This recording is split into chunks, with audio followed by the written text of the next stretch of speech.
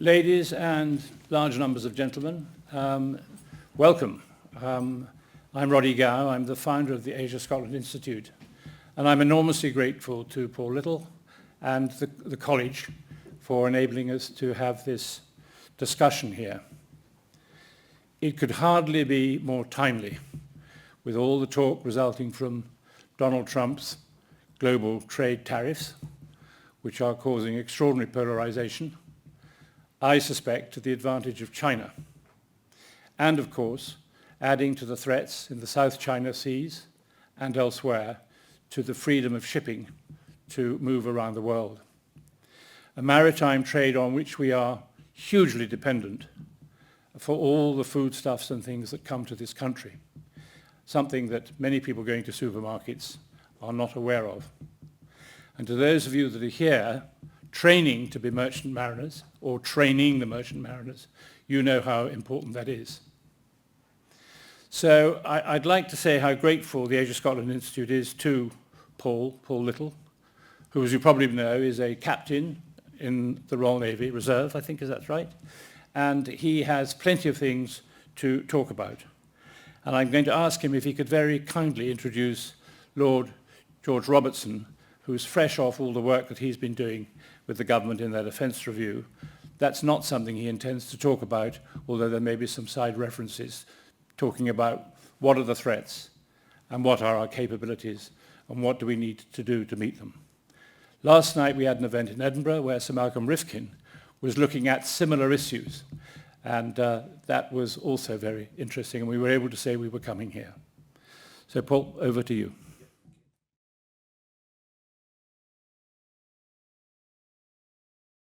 Good morning, everyone.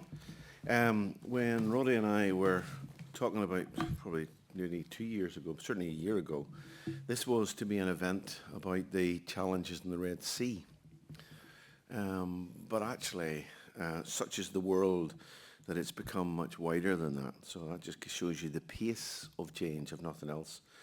So I've got a set speech, and I intend to keep that set speech, because if I don't keep that set speech by about 6 o'clock tonight, you'll all be looking for your train, and we've got our next speakers, and the more important speaker is coming up next, Lord Robertson. So good morning, Lord Robertson. I'm absolutely delighted to see you here. I have failed miserably over the last decade to get you here. So we're delighted you're finally here. Distinguished speakers, distinguished guests, colleagues, and our cadets. And also we've got some students from St Andrews and other institutions. You're also very welcome here today. So look, I'm delighted to welcome you to the City of Glasgow College. This is one of 2 sites that we have. We used to have about 11 in Glasgow, and we consolidated in 2015 and 2016 to simply 2 sites. One of them is on this site this is about, this room, which is literally on the Clyde, is nowadays about £10 million investment in seamanship. And the other building that you were in having your coffee is about £100 million investment in maritime education and training. And there are 230 nautical colleges in the world, and this is simply the best. Not because we're here, it's because we know who they all are, and we keep an eye on who they all are. And quite honestly, there are 229 that often follow what we do. So we have to also keep one step ahead of what we do. So look, as a world-renowned tertiary institution, supporting over 200 industry sectors, what's our unique contribution to maritime security? We've got a world-class reputation for nearly half a century or more in maritime education and training. And for example, on our other site, we've had 172 years of illustrious education training in general, including one of our former alumni, Charles Reaney McIntosh. But we have many distinguished ships captains that have come through, and superintendents, and actually ship owners from this. So what's our particular aspect of that? Well, I think it's really 3 things. I think it's, first of all, to promote scholarship in a growing issue. It's to convene great minds, diverse viewpoints, and equally to inspire the next generation of maritime leaders. And it's also, and this is a longitudinal task we have, to support allied navies, governments and politicians to better understand the maritime world, to better understand that beyond the echo chambers that they normally inhabit, be they in the Ministry of Defence, Strategic Command or NATO, there are other viewpoints and there are evolving viewpoints. And I think today we will add to those viewpoints. So look, we're particularly interested to look at this topic of threats of maritime trade and the global economy. And we actually are delighted that we're doing that with Roddy. Thank you very much, Roddy. You are a great friend and supporter of this institution for many years. And we're delighted that we have finally got this particular seminar off the ground. We have many other ones. It's a distinct pleasure to welcome Lord Robertson. I'll formally introduce him at the end. We've also got other great keynote and panelists here today. So I think what you're going to see and hear are some insights. Some of those I think will be cutting edge. And I wouldn't underestimate cutting edge. I'm literally just back a couple of weeks from the United States. And another one of those 230 maritime colleges is the best in America. It's the State University of New York. And it's the biggest and the best of the 6 maritime academies in America. And they've just got a new admiral, and we were just kind of affirming our particular links. But it's never ceased to amaze me that here in Glasgow, we have got technology that is simply a decade ahead of the very best in America. Now, we didn't go to the War College and we didn't go to the US Naval Academy, although I've been to that academy and the Coast Guard Academy in a previous generation. And they do not have the cutting edge technology that we have. So what you're hearing today is cutting edge thinking. You can see cutting edge technology, but don't underestimate the importance of cutting edge thinking. You've heard it here first. It's shaping your thinking, and your thinking could indeed shape the thinking of others. We've also got a panel coming up after the keynote from Lord Robertson on geopolitics, security, and strategic vulnerabilities in the maritime domain. And unfortunately, Dr. Holland from the US Naval War College is ill, can't be with us today, but we're equally delighted that Professor Basil Germond, the Chair of the International Security in Lancaster University, is here today. And he'll be joined by our Dean of Faculty, Chris Keenan, who also spoke at the First Sea Lords conference last year. So a very good panel. Hopefully you'll give them some very good questions. Second panel will focus on the industry's resilience, its innovation in the face of all this maritime disruption. And we're particularly delighted that we've got Philip Fullerton, Managing Director of Northern Marine, also a much valued partner of the City of Glasgow College, and our new friend, Professor Ian Gow, himself ex-Royal Navy, Chairman of the Japan Society of Scotland, and Honorary Professor of Japanese at the University of Edinburgh. Delightful to see you here. Look, timing is everything, delegates, and here we are, as Roddy has alluded to the tumult, the growing tumult. I think language is important. Not growing problems, it's a growing tumult. In fact, I would go as far as to say what we're facing in this maritime security world is a polycrisis. So what we're looking for as academics, even as the, if you like, lecturers and leaders of the next generation of seafarers, we're looking for a corresponding sense of urgency to find some practical solutions to this growing tumult. We're looking for some innovative solutions, and we want those now. We don't want those next year. Now, that's quite a bold statement to make. So let me say it in plain speak. Far too often, we simply admire the problems. We talk about them from all sorts of dimensions, but we're not doubling down on seeking workable solutions. Notice I didn't say perfect solutions. Give me a solution that's 60% there at a time of crisis any day. But don't wait till you have that perfect solution, because you're kicking the can down the road. I think we're now seeing the challenge of that. And that's a particular important for Glasgow. Glasgow has a 400-year history in maritime global trade, crisscrossing the world. I used to be the president during COP26, actually, in the pandemic, of the Glasgow Chamber of Commerce. And I had a pendant on it. And the pendant had a stork. And I remember asking the chief executive, so what's the significance of the pendant? He says, I don't know, I'll have to look it up. No one had ever asked that question. And they discovered that it was the Chinese symbol of trade. So the Chamber of Commerce in Glasgow was set up after the War of Independence to really find new markets for the merchants in Glasgow, and some of those new markets were in Asia. So Glasgow has been crisscrossing east and west for 400 years, and many of our lecturers and many of our STETs, many of our managers are the next generation of Glaswegians helping to prepare for the next 400 years of that trade. And what are they facing? Well, they're facing a world where we've got sea denial and no longer open oceans. We're facing a world where the 21st century has got a new form of piracy. We've got new forms of terrorism. Illegal fishing is now a massive billion-pound industry. We've got, of course, those pernicious cyber attacks.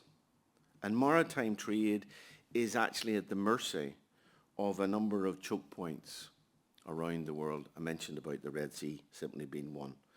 Roddy has alluded to the tariffs. They are certainly not making them any easier. And if you lump into that the ongoing war in Ukraine and between Russia and Ukraine, and then you look at the conflagration between Israel and Palestine and what's happening there, you could be forgiven to say, you know, the world's in a mess. But your bandwidth should also extend to the conflicts that are ongoing that we don't know, that don't go to our news feeds. You know, we should actually have sufficient bandwidth to look at what's happening in Africa, look at what's happening elsewhere in the States, where there are multiple wars going on, where there are multiple devastation going on. And simply because we don't hear about them doesn't mean that we can ignore them. Now, in about a week or two, I'll be donning the uniform to help mark VE Day. It's hard to believe that that's 80 years ago. And what lessons have we learnt in those 80 years? You know, we would argue there's been a lot of slow learning going on. So we need to pick up that pace to do that. And today will help us. Today will allow us an opportunity for scholarship, for thought leadership. Because as an island nation, as a tertiary institution that's training the very best in the world for the world, we have real skin in this particular game. So most of you will know that we do merchant navy training. You might not know that we now train about over 40% of all the United Kingdom's merchant navy cadets.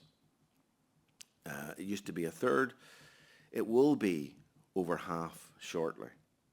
You might not know that we also train Royal Navy cadets, particularly in marine engineering here. Such is the growing reputation of this college.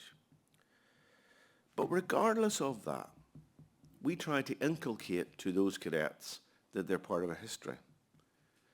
And almost their first lecture is actually a parade.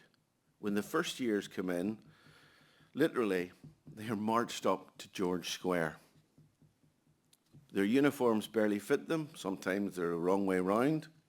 Sometimes someone's in a jumper and someone's in a shirt and someone's in a tunic. But somehow, by the time they get to George Square, they look the part.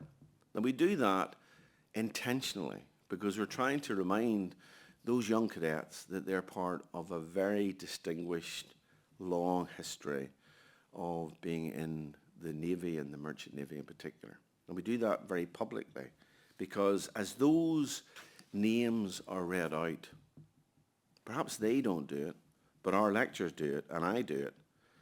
I silently reflect on, in somber silence, of the individual legacy that once cadet that passed through our predecessor institutions, the hopes and ambitions that they had were no longer there. But they paid that sacrifice for global trade. They paid that sacrifice for the common man and for each other. And here we have the next generation. Some 4,000 international students come to this college. Many of those are in maritime. And we're preparing them for a volatile world, a complex world, an uncertain world, and an ambiguous world. And on this site, we do that with events today. We've got lecturers and senior lecturers and senior academics in here who will be inspired by what our speakers here today, and they will inspire you at the coffee breaks and if you get a chance to go on the tour. This is part of 3 classrooms on this particular site. And in these classrooms and about the 120 on the building adjacent to that, or the 2 buildings, engineering and the nautical science tower, we're supporting STEM, maritime education training, but we're also supporting the primes here in Glasgow and elsewhere. BAE, Babcock, Thales, many more. And they depend on us. And it's no coincidence that I often shock people by saying UK shipping and UK shipbuilding could not exist nowadays without City Glasgow College. And everyone going, what a claim is that? Well, if you train half of all the kind of merchant navy cadets in the UK shipping, and if you stop that, that's a massive puncture in that. If 80% of naval shipbuilding happens in Glasgow or over in the east in Rosyth, and this is a centre of excellence in shipbuilding, I myself actually chaired a UK task force to prepare the next generation for 30 years of shipbuilders, shipwrights in that regard. If this college isn't doing that, there is no college in the UK doing that. That's the challenge. That's the challenge we face. So today, as we reflect on these topics, what I would ask you to do is to engage. I would ask you to challenge the speakers as much as you're challenged, to open yourself to the thinking that they have themselves been open to, because that's actually part of our mission to let learning flourish. And we did that during COP26. In this room, and in this room I was sitting in there and we were talking about the decarbonisation and the importance of green hydrogen. To be honest, I didn't know much about green hydrogen. I became an expert when I walked out that door because the world's experts in green hydrogen all were at that particular seminar.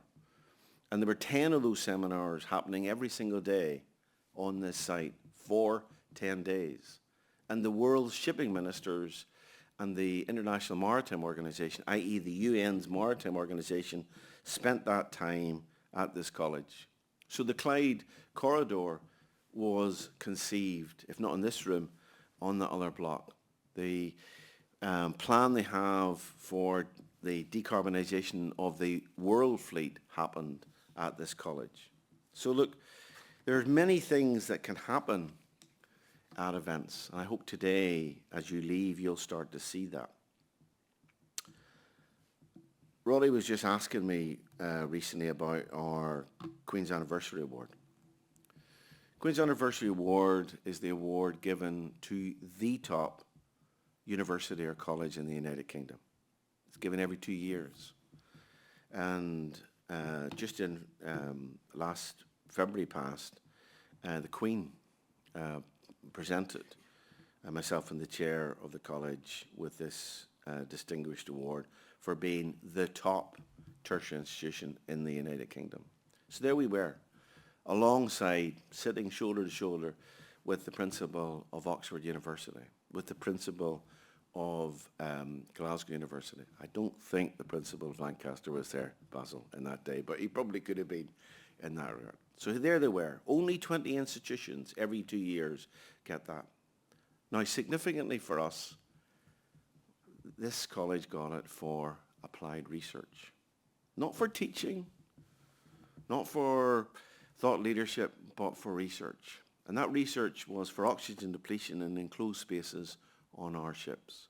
And that research is already saving lives and has been enshrined as part of the IMO's safety codes.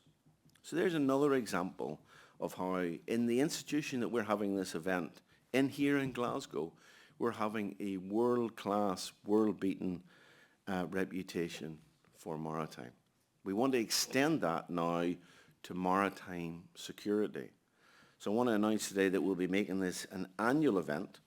So if you don't get a chance to speak this year, I hope that you'll get a chance to speak in coming years. So thank you for that. I'm now going to formally introduce Lord Robertson. I'll just pause at that point. You know, it's in that spirit of having great keynote speakers that we're looking for someone to embody the values of leadership, of great strategy, of grand strategy, and of global impact. So it is a distinct honour for me to introduce Lord George Robertson of Port Ellen, a statesman, a diplomat, a lifelong advocate of international peace and security, perhaps most importantly in Glasgow, a proud Scot on the world stage, recognised with the Wallace Award and many other awards. Lord Robertson served as the United Kingdom's Secretary of State for Defence from 1997 to 1999, before becoming the 10th Secretary General of NATO, where he led the alliance at hugely grave and important times, leading the alliance in the response to 9/11 and helping to shape NATO's evolution for this 21st century. Now he has received, as a humble and gracious man, he's received some of the highest honours that you can bestow, including the US Presidential Medal of Freedom, and he continues to be an influential policy chair on strategic boards and on councils. Now currently, and very fortunately, he is one of 3 leaders with the very Herculean task of the UK's Defence Review. And it's not published and we're not asking you about that, and I want to stress that again, but we're indebted to you. Our future security and our children's security were in your and your colleagues' hands as you debated and discussed what the United Kingdom and its allies would need in this next part. So you've shown great leadership, exemplary leadership, top leadership to the defence of our nation in a fast-changing world. Delegates, can you please join me in giving a very warm Glasgow welcome to Lord Robertson. Thank you.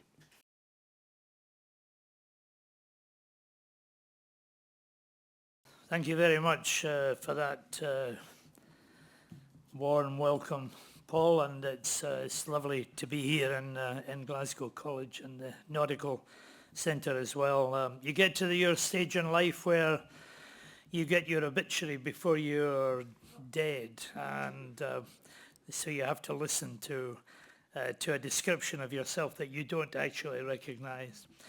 But it is good to be here in Glasgow today, because I used to, in my international role in NATO, used to tell people about the difference between the New York Mafia and the Glasgow Mafia.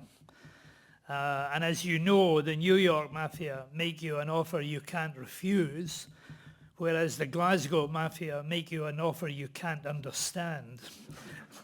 And that has always been my hallmark. I think that they always thought, well, if he'd got to that level, then he must know what he was talking about, even although we don't actually know what he's saying.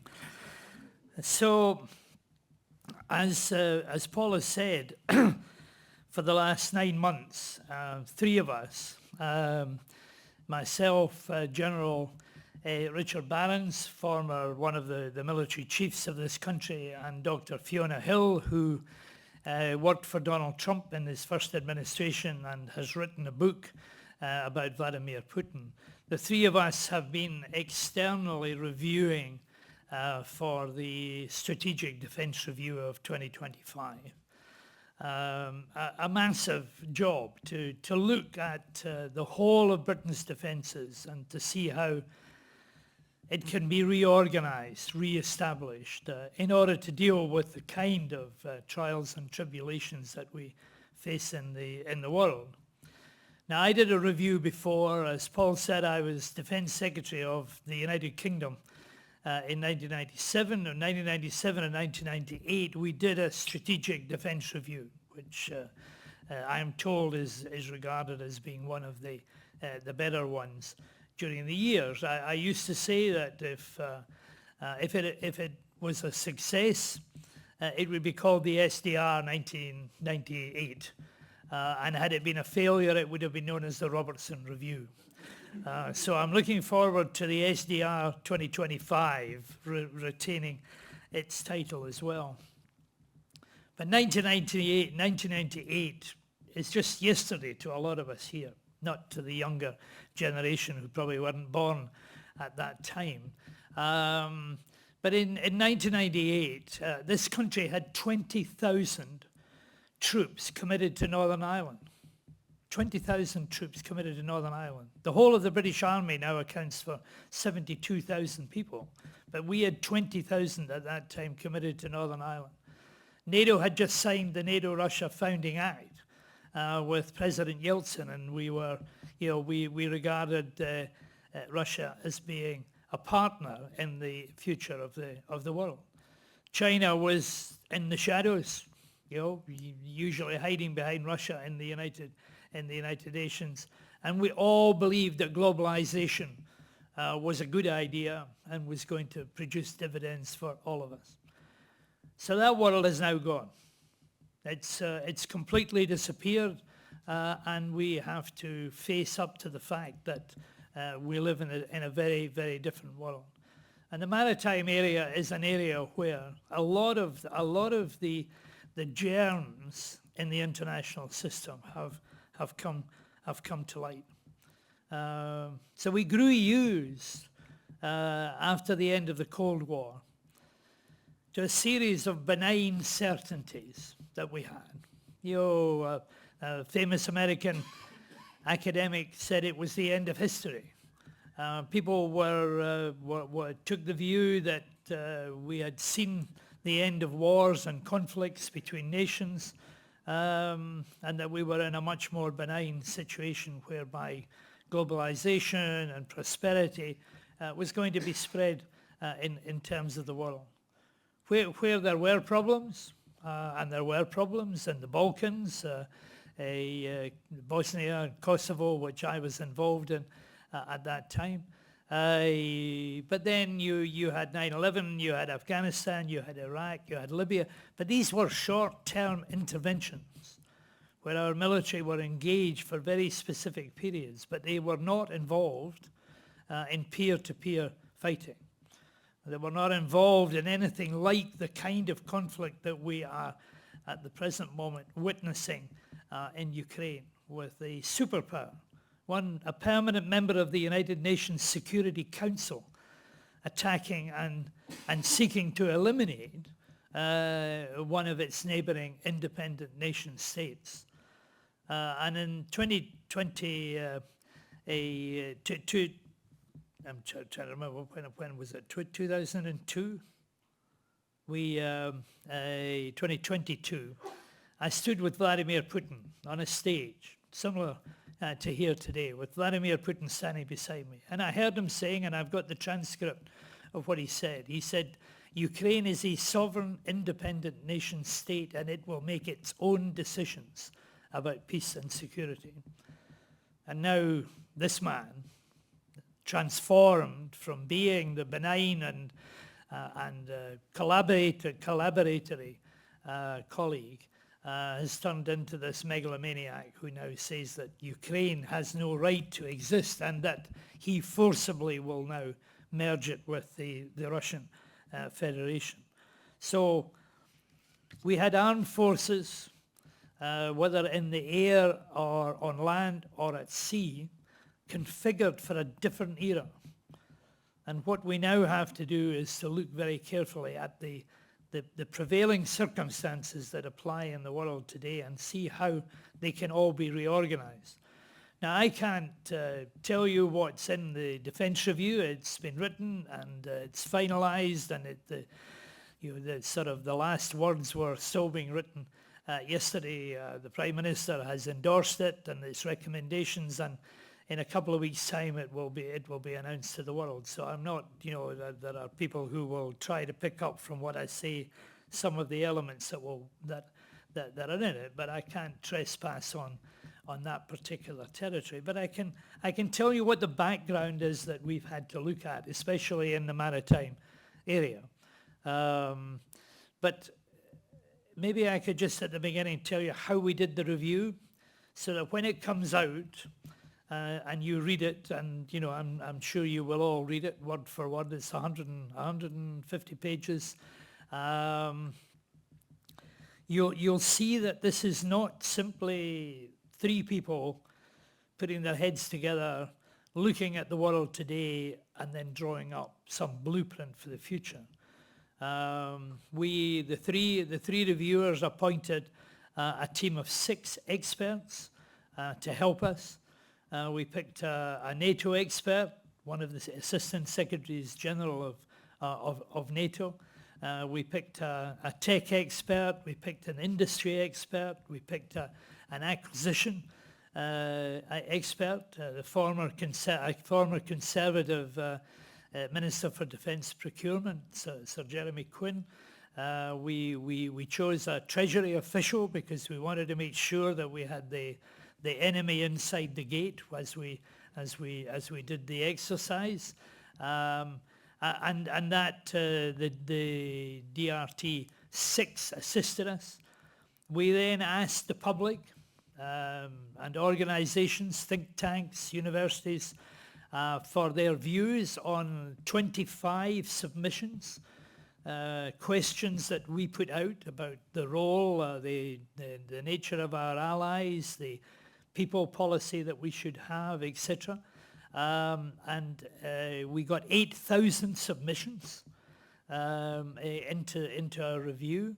We had to use artificial intelligence in order to sift them through, otherwise we'd still be reading it today. And then all of that information went into to the proposition review teams.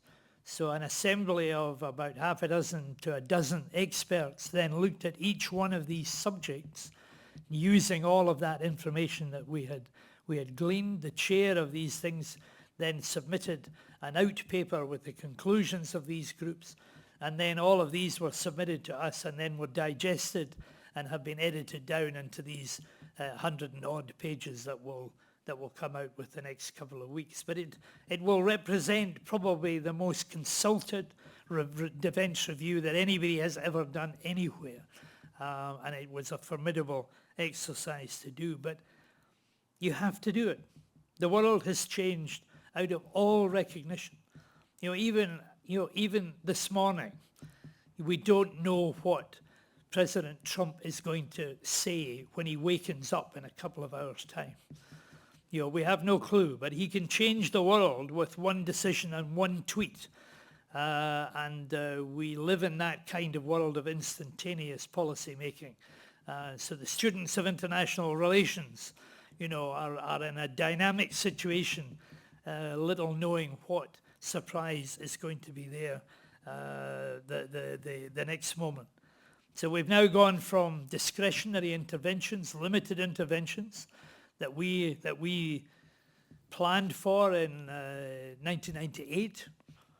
That's the aircraft carriers, one of which sailed yesterday with the Prime Minister's blessing out to the Indo-Pacific, the HMS Prince of Wales. They were designed for a different era, but they will be used in a completely different context that I'll come on to in a moment. But the idea then was you go far, you hit hard, you stay long.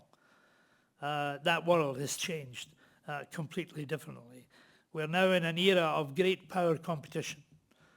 The role of Russia, of China, of North Korea and Iran, either operating individually or collectively, have posed a new threat, a whole series of new challenges to the international order that we have all grown used to as well. And we're seeing actual conflict between nations.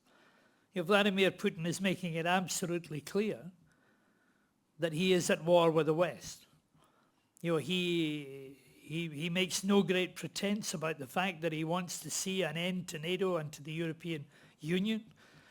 And he's using physical means. The kinetic force of the military in Ukraine is on display. It's not theoretical anymore. It's not a possibility. It's real, it's actual, and it's horribly, horribly brutal. But he's also using the sub-threshold attack level. People talk about hybrid warfare and the grey zone and the rest of it, but it is there. It's cyber attacks, it's targeted assassinations, it's disinformation, it's election interference.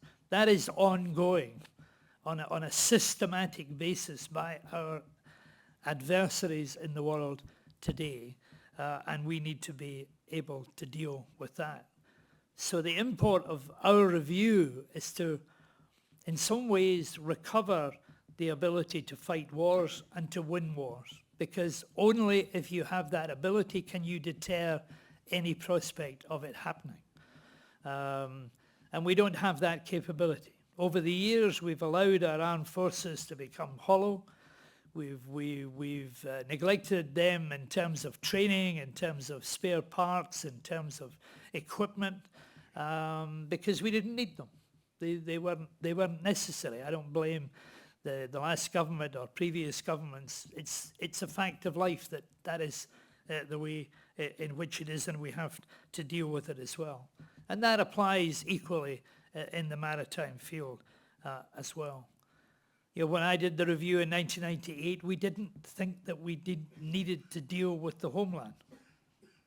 In fact, I used to make speeches in NATO telling countries, you've got to be able to transport your forces. Having 2.5 million people in uniform in European NATO armies who couldn't travel outside of national boundaries, so you have to do something about that.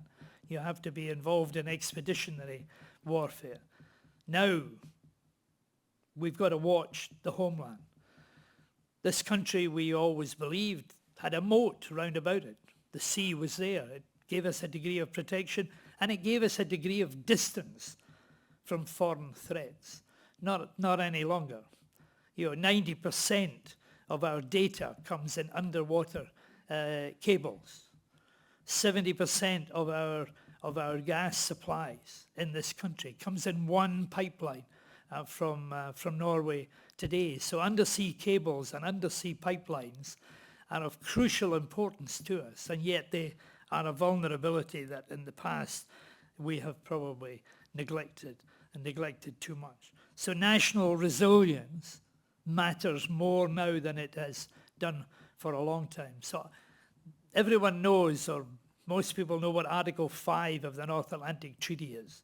An attack on one country is an attack on all countries. And I'm the only person ever to have invoked Article 5. Maybe I'll be the only person ever to invoke Article 5 of the North Atlantic Treaty. But Article 3 of the treaty is little known, but is actually a fundamental part of the settlement that was the North Atlantic Treaty.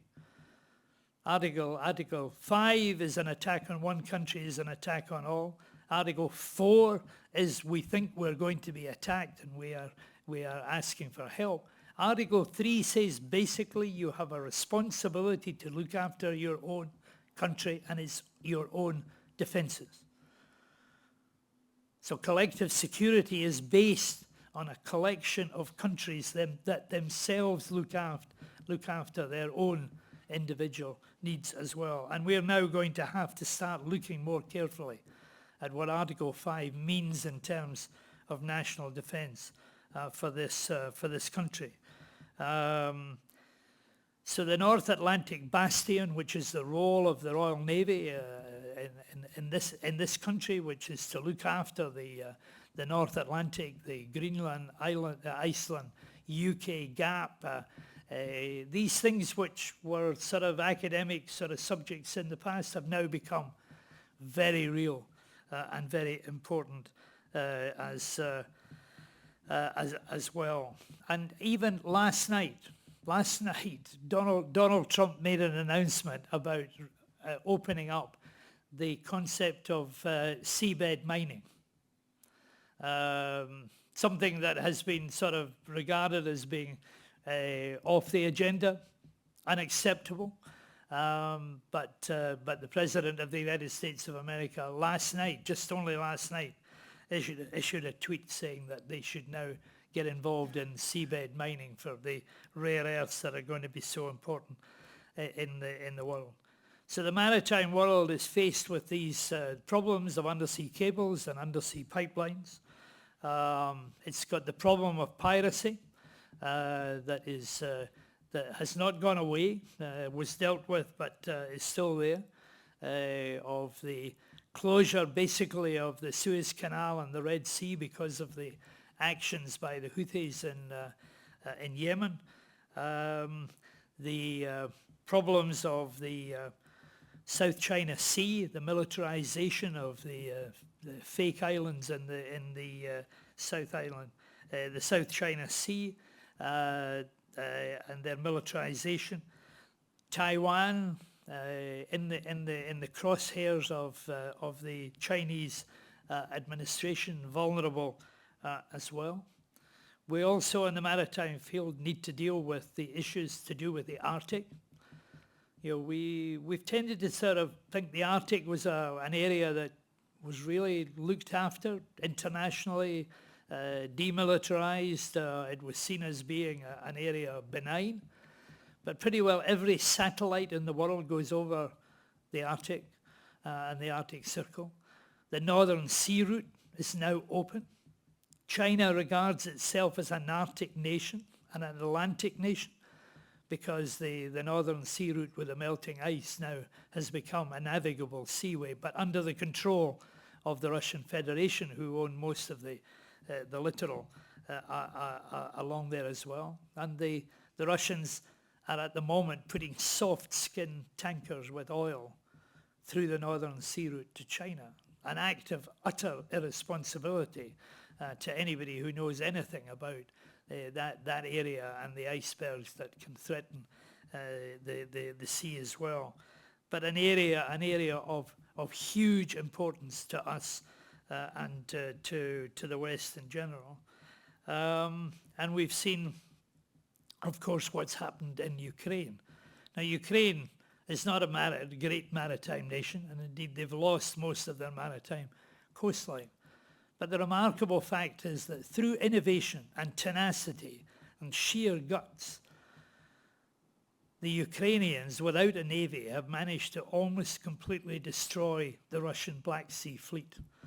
And it's an extraordinary success story that I don't think that we've sufficiently recognized about how the mighty Russian Federation lost its flagship in the Black Sea and has now retreated, well off coast in order to protect what's left of that there. So the innovation being used by the Ukrainians at the moment is a lesson to all of us.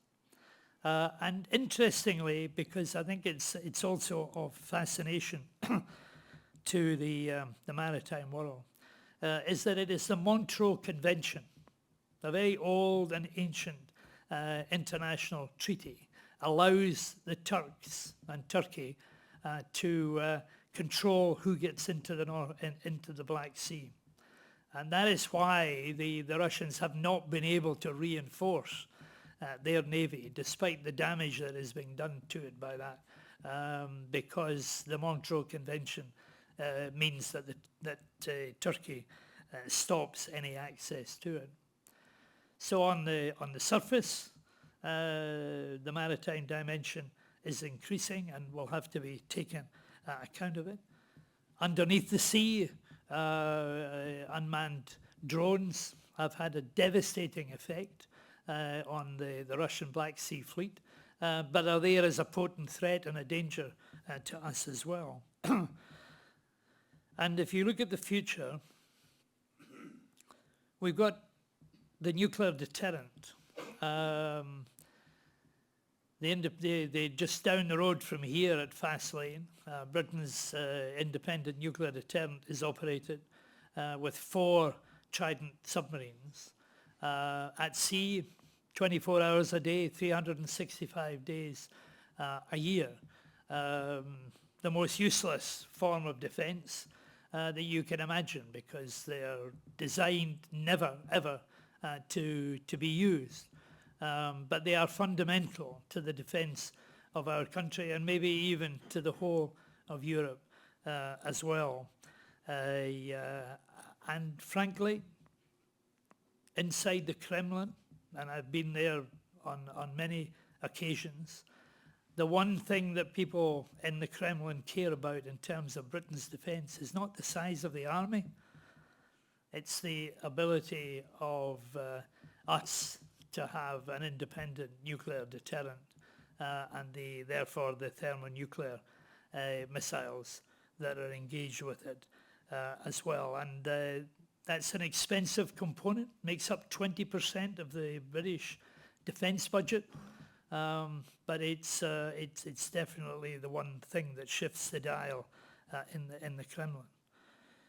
And if you now look at if I just give you a flavour of some of the things that we've been thinking about in the last few weeks.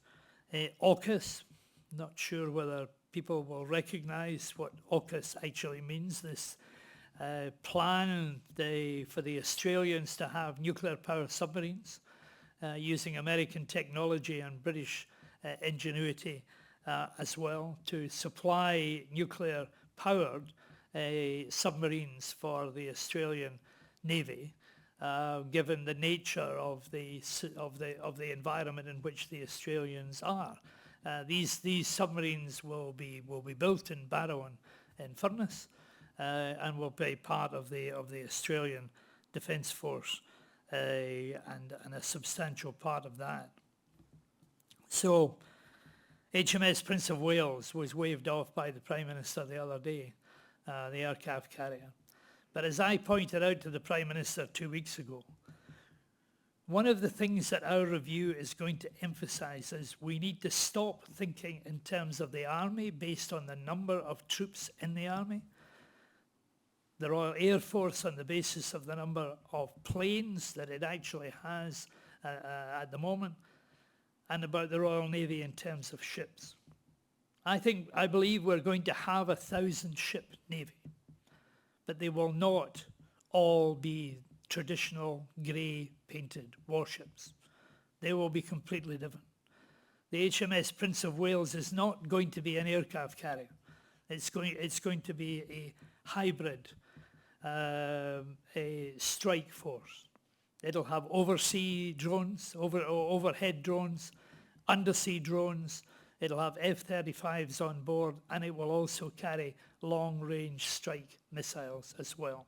It'll be a system, and it won't simply be a ship. And we've got to get away from the idea of thinking in the conventional way about the way in which we configure these things as well. So whether we are protecting the coastline of this country, whether we're thinking about protecting our undersea cables and our undersea pipelines, whether we're simply protecting the offshore energy turbines that are now populating our coast, we have to think in a completely different way. Anti-submarine warfare has become more than just an activity. It's become a science, and it is now a fundamental element of protecting the way of life that we have. We've grown over the years with the growth of our Navy and the power of our Navy to know how important it is for an island nation that depends on imports of food and pretty well everything else, how important the sea actually is. We've now got to move into that 21st century mode of thinking about how inventively and differently we're going to have to defend the country in the future. And hopefully that is what our Defence Review in a few weeks' time will be able to show you how it's done. Thank you very much. We're going to have a break in a minute, but I just wonder if you'd be happy to take a few questions from the floor. So if anybody has any questions for Lord Robertson, please stick your hand up.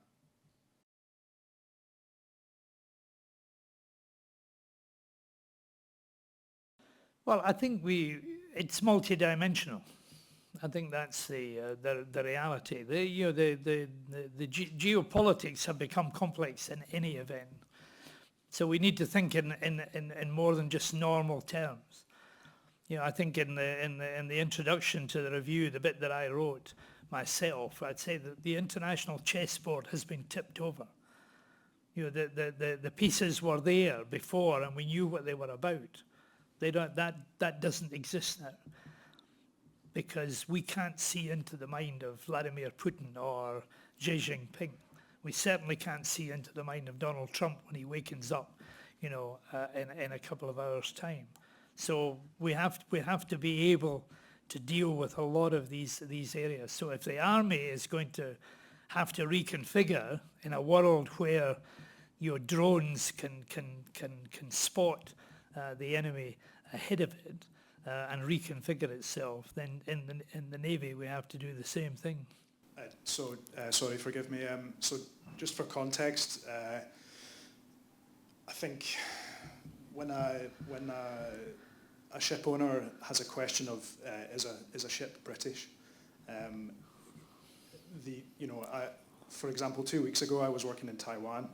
I was on a Belgian flagged vessel as a UK national, working for a Taiwanese client with a Dutch crew, building wind farms in the Dutch sector. And we had obviously the blockades recently with the PLAN around the vessel, and my agency sent out a contractor before me, and when I sat down and spoke to the captain, he said, "Oh, nice to meet you. The first thing your predecessor said was, if you insult the Prophet Muhammad, I will kill you." And that's why I got the job.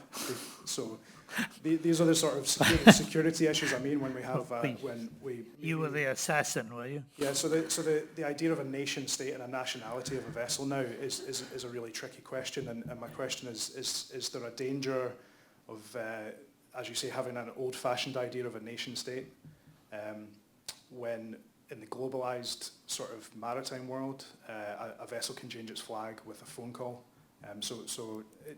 Is the defence reviewer or your position, are you considering what nationality means in terms of shipping and UK ship register? No, well, not really. No, we can't, because I think that'd be a bit beyond our remit.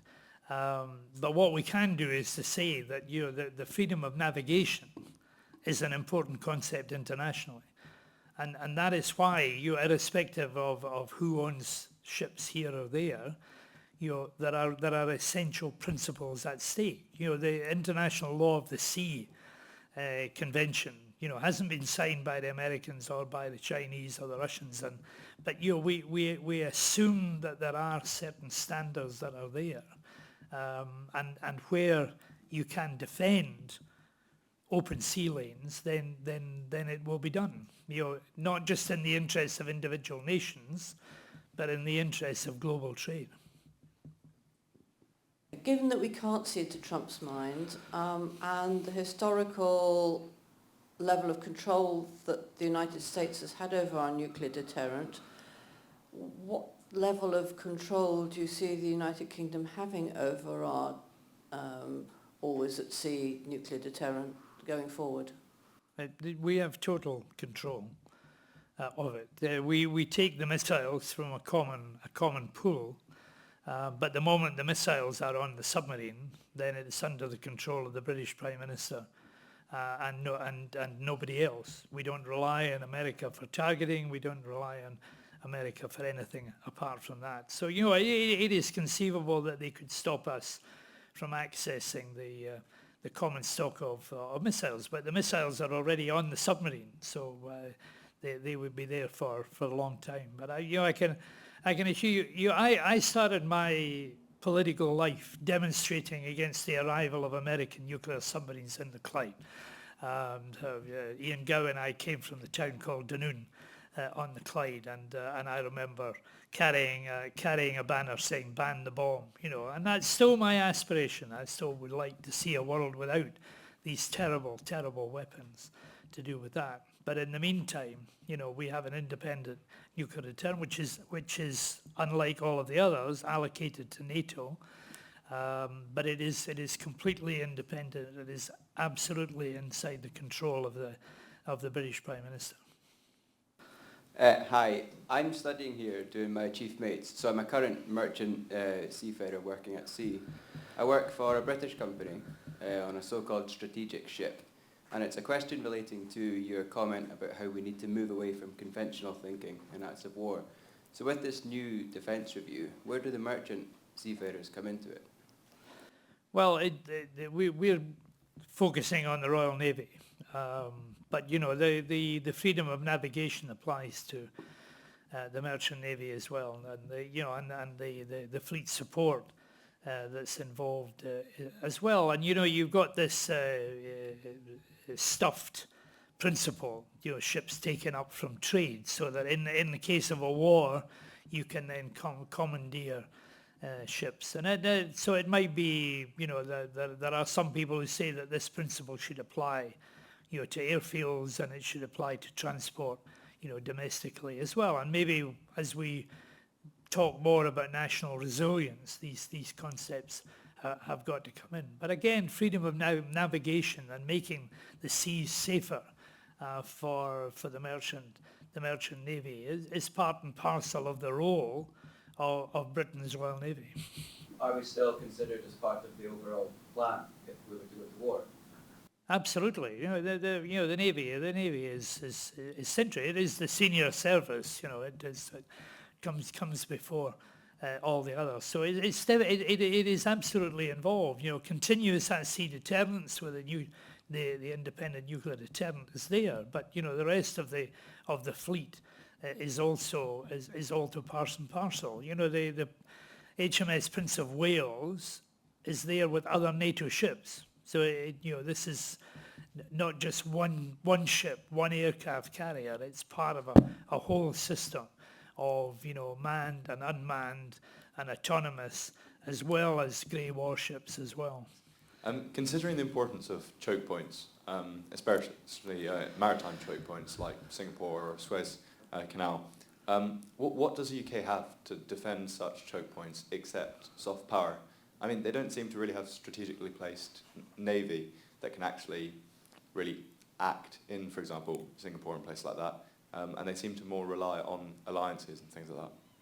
Well, it has to be done through alliances. Individual countries, especially countries like ours, can't themselves deal with the kind of problems that are being faced in the Red Sea.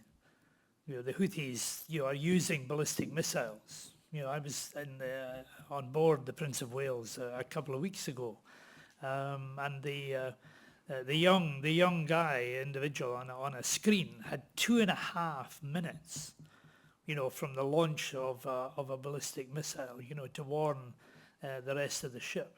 I said, have you got some panic button? And he said, no, I've got a whistle.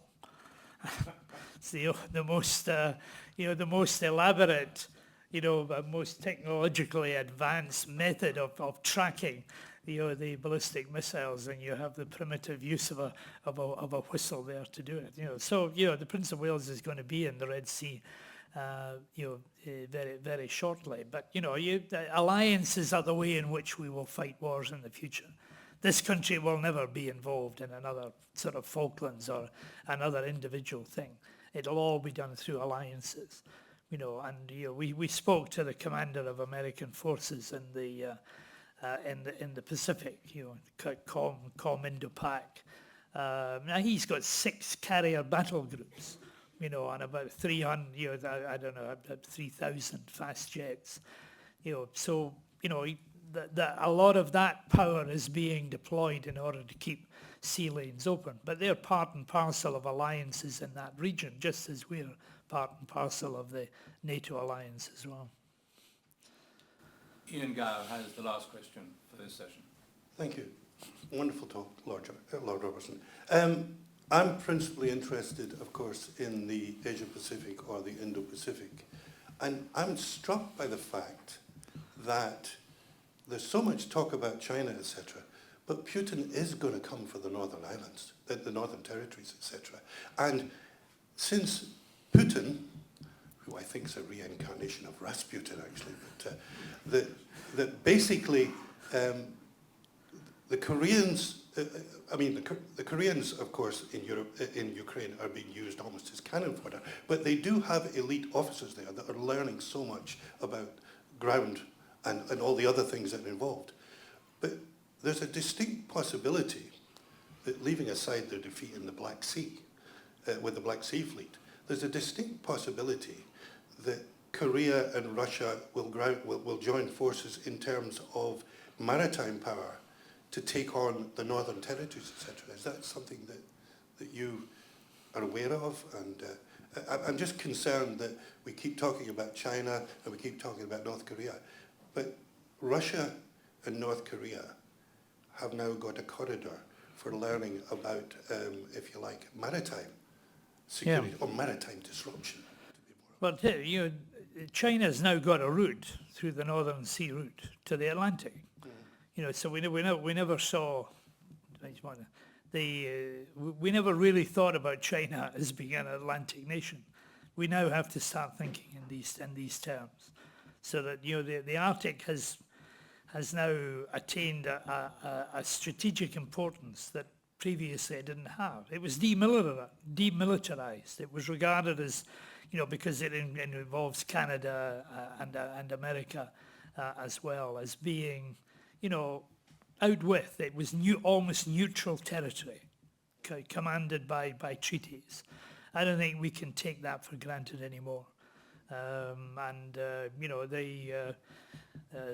Coast Guard in Russia is run by the FSB, the successors to the KGB.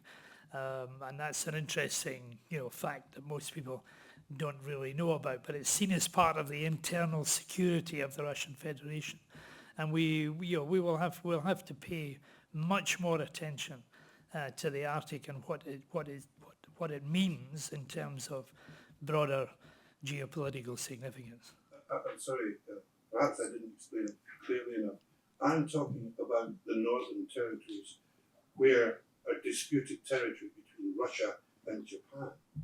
And all I'm saying is that the disruptive power there, when Russia finally decides to move back in again on those islands, etc., and all those sea resources and fishing and everything else returns, that there's a danger that they may actually pass on knowledge, a considerable amount of knowledge, to the North Koreans in that area to disrupt.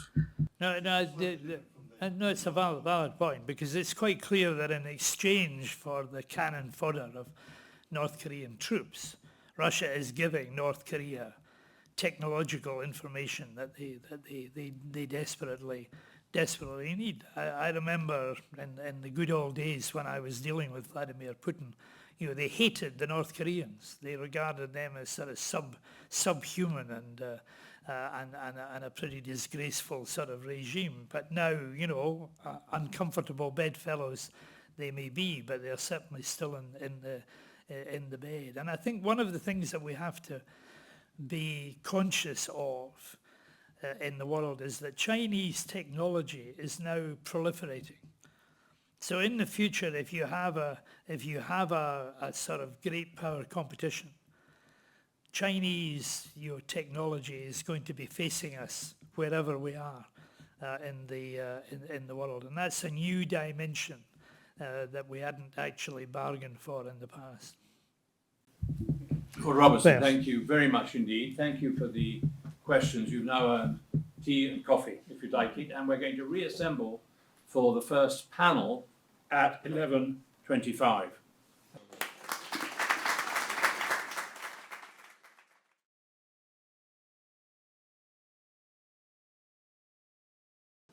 So again, many thanks to the Principal and many thanks to Lord George Robertson for their contributions, which I think got our minds racing and thinking about the situation we're looking at. As you already know, Emily Holland, I'm afraid, is not with us. She will record a message which we'll fill into the recording of these events. But we have Professor Basil Germond, who is the Professor in International Security at Lancaster University, and he's co-director of Security Lancaster. He's also a visiting fellow at the Royal Navy Strategic Studies Centre. His research focuses on maritime security, sea power, and the strategic dimensions of ocean governance. So that could hardly be more relevant. As all of you, I think, in this room know, Chris Keenan is Dean of the Faculty of Nautical and STEM, and he's the guy who thinks through the programs that equip people with the skills that they need to get through the courses here and to emerge the other end as qualified mariners. So without more ado, I'm going to hand over now to Professor Basil Germond.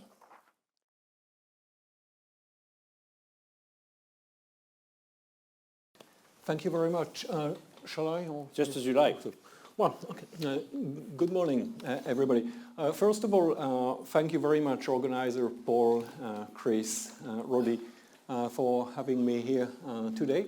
It's always nice in the morning to take the train up to Glasgow and not just down to London. So yeah, thank you very much.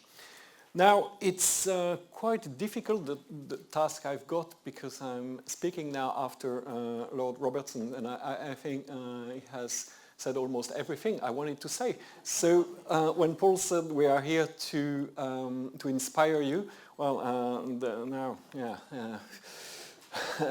I need to deliver. Okay, so threats landscape at sea, maritime geopolitics, how to start?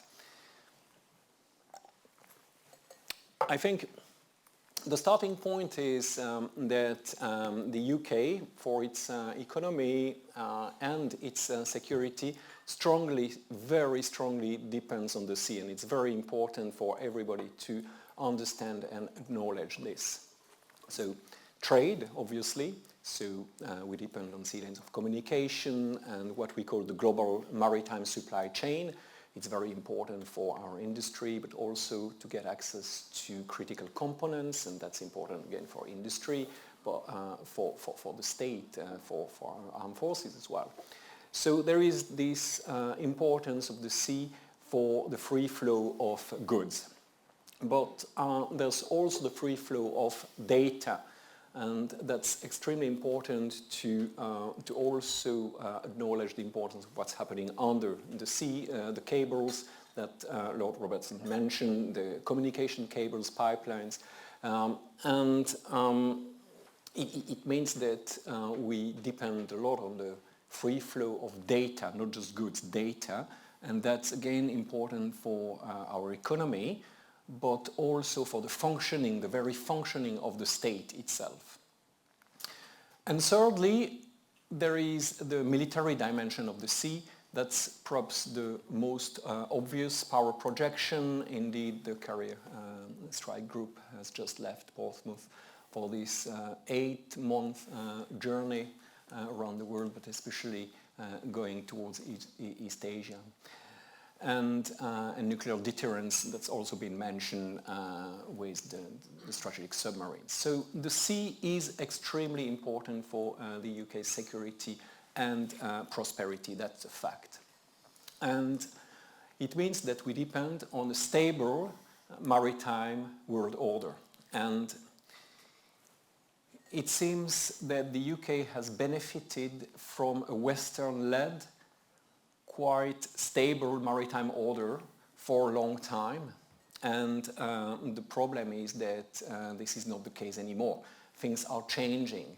It is what I call a strategic acceleration because of the fast pace of the change in, I would say, 3 main areas: geopolitics, technology, and climate change.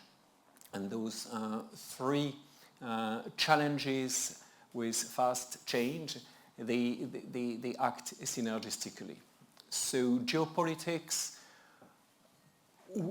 we understand that our adversaries, our competitors, they are more and more assertive at sea, ready to disrupt the maritime order or to contest the Western leadership over the maritime order. And that can take the form of proxies like the Houthis attacking maritime shipping in the Red Sea. But it's not just attacks on shipping lanes, it's also those below the threshold activity that Lord Robertson mentioned before. So we can think about sabotage of undersea cables in the Baltic Sea, and espionage around the British Isles. And those grey zone below the threshold activities are particularly problematic at sea, because the sea is a vast milieu, very difficult to monitor, and sovereignties are sometimes overlapping, or at least jurisdictions, so it's very difficult to trace responsibility.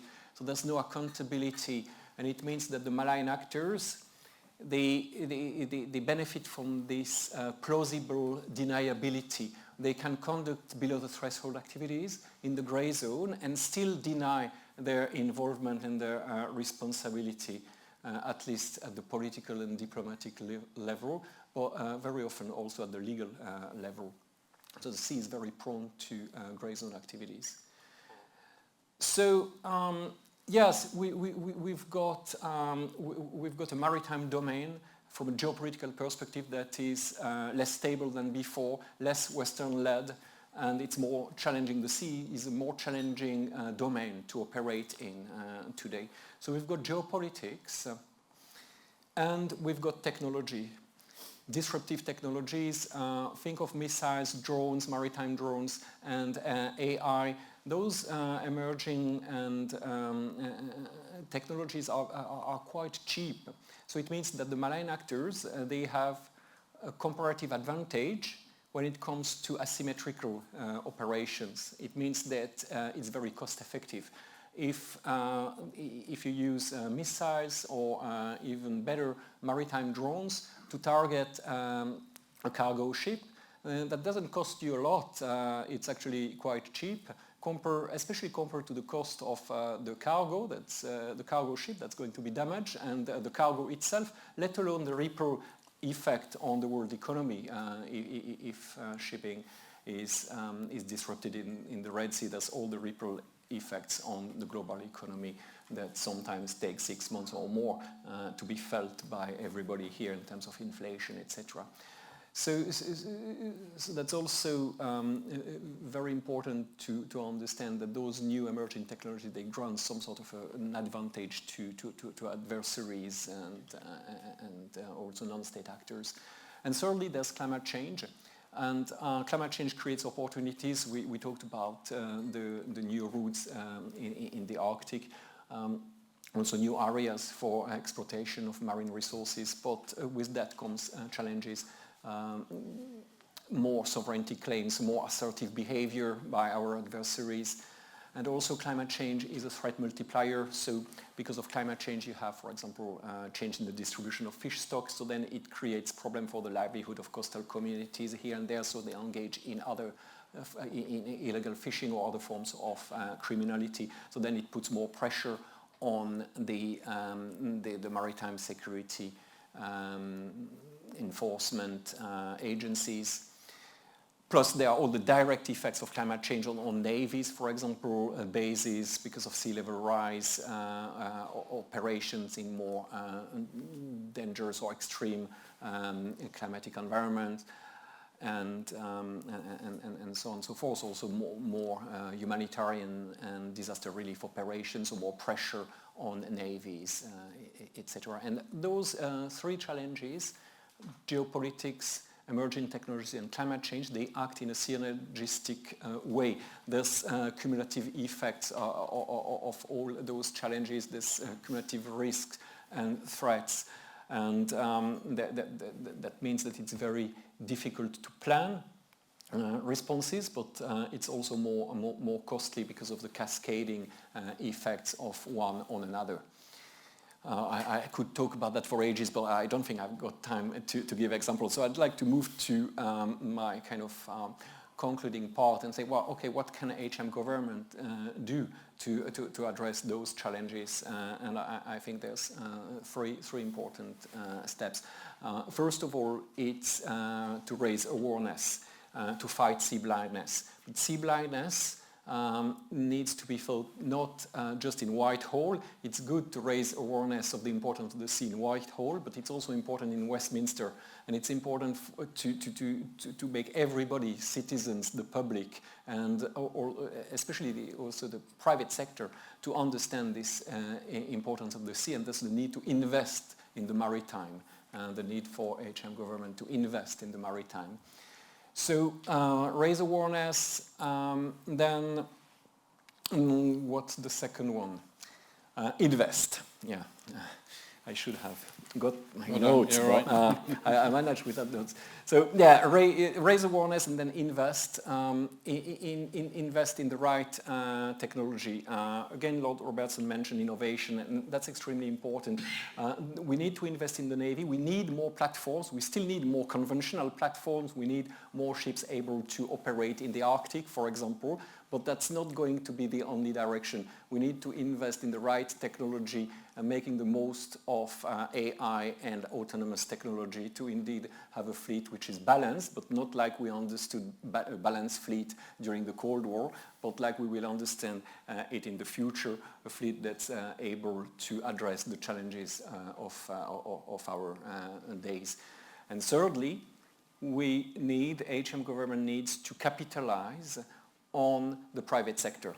And I will conclude with that. The private sector is really key when it comes to maritime security and the importance of the sea for the UK. So we need to have a strong UK shipbuilding sector because it's a question of sovereign capabilities. We need to have agile maritime insurances because we are going to see more and more disruption of the free flow of goods, like for example in the Red Sea. So we will need to find a way to be able to continue to trade and to do that at a cost that's bearable by economic stakeholders. So we need agile maritime insurances which will play the role they have to play to help us as a country and the West as a collective in the future. And certainly we need more UK flagged ships and more maritime companies, including shipping companies owned by Britain, assets and people. And I think I will stop here. I've already talked too much. I'm going to ask you a question. What do you think of the importance of the addition of Sweden and Finland to NATO, particularly given their focus in the north? Already, it's a good question. I think we shall never underestimate Sweden for what it brings as a NATO member to the alliance because of its history during the Cold War.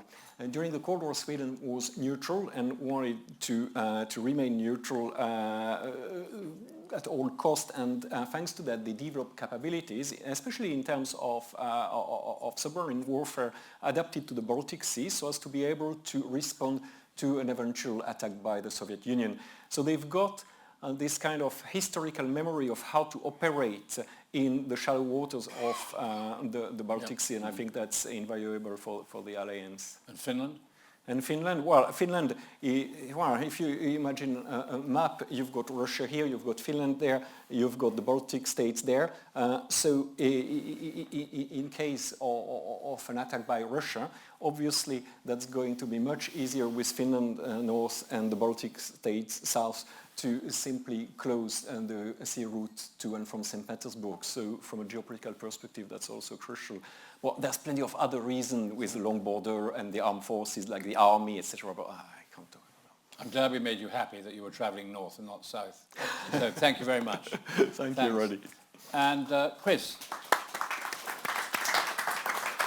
Chris, who's very kindly been volunteered at short notice to talk about I'll also stand up since skills Basil development. Exactly. So thank you very much, and yeah, very last minute, and hopefully it doesn't seem like I've just cobbled something together here. Yes, we're an educational institute, and we sit at the forefront of technology and innovation in the sense of education and how we train the seafarers and the professionals within the maritime sector, and the engineers who build the ships, and the people who build the infrastructure that put together the ships and put together the manufacturing enterprise that do all that as well. So we have three main areas: built environment, engineering, and the maritime sector. And we train all of those people. Now, I'm no expert in geopolitics, but I sit and watch the news quite a bit. And I think you all do. And I think for me, the big problem is we as educators try to find the path to make sure that all of those skills are there. And like you said earlier on, Lord Robertson, it seems to change from one day to the next, just on what Trump thinks.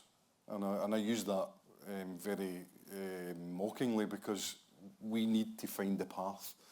And the path isn't always apparent. And if it changes so often, how do we actually make sure that all of these people that we train are right to be ensuring the security of the seaways, to ensure that the goods are delivered, to ensure that the trade carries on, and to ensure the security of all the nations that are involved in that. We all learned very quickly around about COP26 here, when the IMO were here and we had all of that ongoing, that COVID had absolutely shown our vulnerabilities in the sense of manufacturing, our ability to look after ourselves within this island nation. And I think all nations around the world found that actually the biggest problem that they have, that has been found after that, and probably was well known before that, is skills. And that's where we are. There are not enough skills to make sure that we deal with strategic vulnerabilities. We don't have the skills and the young people, and those that need to reskill and upskill, to build the ships, to sail the ships, to build the infrastructure around about that. That is the vulnerability that everybody has. That is the absolute strategic vulnerability. Because we can talk about all the technology we want. We can talk about sailing all the ships that we want. We can talk about all the manufacturing we want. But we do, you know, in Scotland, and I can talk eloquently in this one, we have 47,000 births every year in Scotland, and 65,000 jobs that need to be filled every year. Just in Scotland alone, never mind the whole UK. And last week I was in Saudi Arabia, where they have vast skill gaps. Where that is in Asia, vast skill gaps. So in other words, we don't have people coming through, and we don't have the people to train those that come through. And we need to address that. That is the actual strategic gap. That is the actual strategic vulnerability. And that's where nations, every nation around the world, is actually engaged in looking at that at this moment in time and deciding how they're going to address that. And I'd imagine, although the Strategic Defence Review won't mention that exactly, that was part of the conversation I had with the First Sea Lord and his team last year when they were talking about the Seafarer of 2040. And we posed that here earlier last year in the Seafarer of 2050, because we were trying to look a bit further ahead than that. What are those people going to look like? Who are they? Because also you've got that aspect in geopolitical terms. Everywhere around the world has far more people with additional support needs, have people with vulnerabilities such as autism, ADHD and other things, which have become far more apparent through COVID and other things like that. So the next thing is, when the Royal Navy in particular, the Army, or any other organisation like the Merchant Navy in particular are looking for people, and they have such a very narrow criteria of people, because they need them to be what is almost now a super person, has no vulnerabilities and no issues. And the world doesn't have those people anymore. Those people have changed. So our job as educators isn't just to teach them the technical aspects of what they're going to do. It's to teach them how they can take the superpowers that they have and actually bring them into those industries. And for those industries to realise that they can actually harness those superpowers and move them forward. So in geopolitical terms, in Saudi Arabia, you can absolutely see they want to use the Red Sea more. They want to have cruise ships go up into the Red Sea, into Jeddah. They have a vast tourism aspect that they want. What threatens that? The Red Sea isn't exactly the nicest place to be at this moment in time. We talked about Houthi rebels, we talked about the Suez Canal and the vulnerabilities it has around about Israel, around about Egypt and other things like that. I flew over there last week and I took pictures of the Suez Canal. Beautiful. but the most vulnerable thing in the world. Easily shut down. We had a ship just break down there and shut it down. So trade is a problem, and we need to train that. I was talking earlier on with Basil and with Ian around about the Asia, and we were talking about AUKUS. AUKUS doesn't have an issue in the sense of just the supply of the submarines and the supply and the looking and security of that area. Again, it's about the skills in that area. The main thing that the Royal Navy expressed to me, and I think others, was that it wasn't if we have conflict in that area, it's when we have conflict in that area. There's no if, no buts, it will happen there. In their mind, and I don't know if that's the case, Lord Robertson, so we need to prepare our merchant seafarers and those that we train in here from the marine engineering point of view, the Royal Navy, to be ready to be in that place, to deal with those conflicts, to be professional in those places, and to also use the superpowers that we have in that space. So geopolitics, yeah, we're at the beck and call of despotic dictators, democracies that go the wrong way. That's not my bag. My bag is to choose that education and make sure we have the people of the future that are going to do that. And that's the key, I think, that everybody needs to grasp. If we don't have people to do it, it's not going to happen. Okay? And that's why I'm standing here just now. Chris, thanks. Thank Come you. take a seat, and because there's going to be a shift to another panel. Let's see if we've got any questions for these two gentlemen at this stage. Yep, there's a chap with the beard at the back. Yourself. Sorry, I'm Kirk McRae. I'm one of the STEM and nautical lecturers here in the college. Yep, thanks, Kirk. So I've been talking a lot about emerging threats, and what I really listened into when Lord Robertson was talking about the evolution of the NATO-Russia agreement back in the late 90s.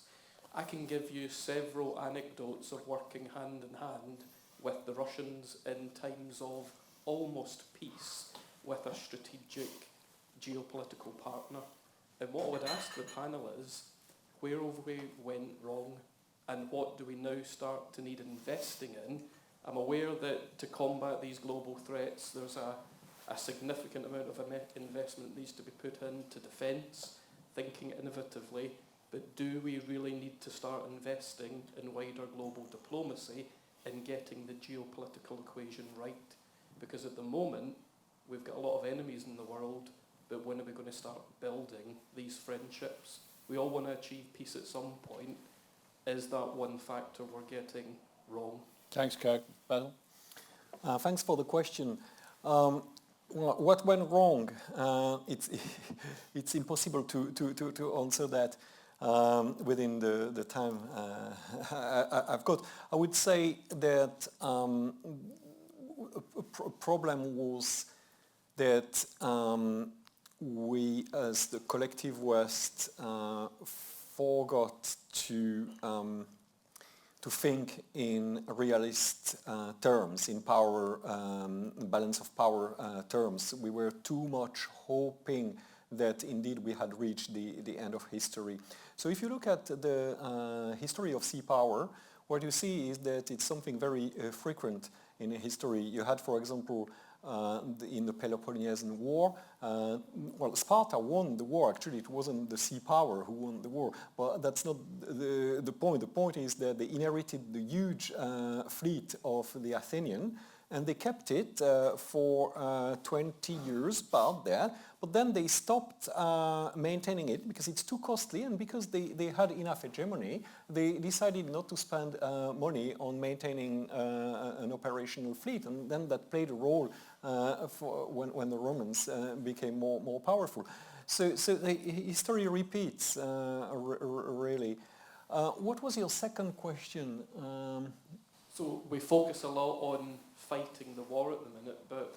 Oh yes, diplomacy. Yeah, that's a very good point. So the Carrier Strike Group now, what it's going to do is exactly that. It's not just demonstrating the UK power to adversaries like Russia or Tehran, etc. It's also building confidence with the so-called swing states. So this deployment, it's important to highlight the power of the UK, to highlight the fact that the UK is able to operate both with partners, but also independently of NATO and the US if necessary.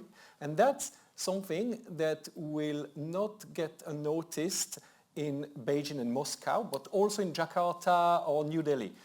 Because those swing states, for them it's extremely important to have a stable maritime order. Their own system and their own economy depends a lot on the stability of the maritime order. So if, as a maritime country, we are able to reach out with confidence-building measures to those countries, that's a way to address your point about a better diplomacy around the global maritime order. Thanks.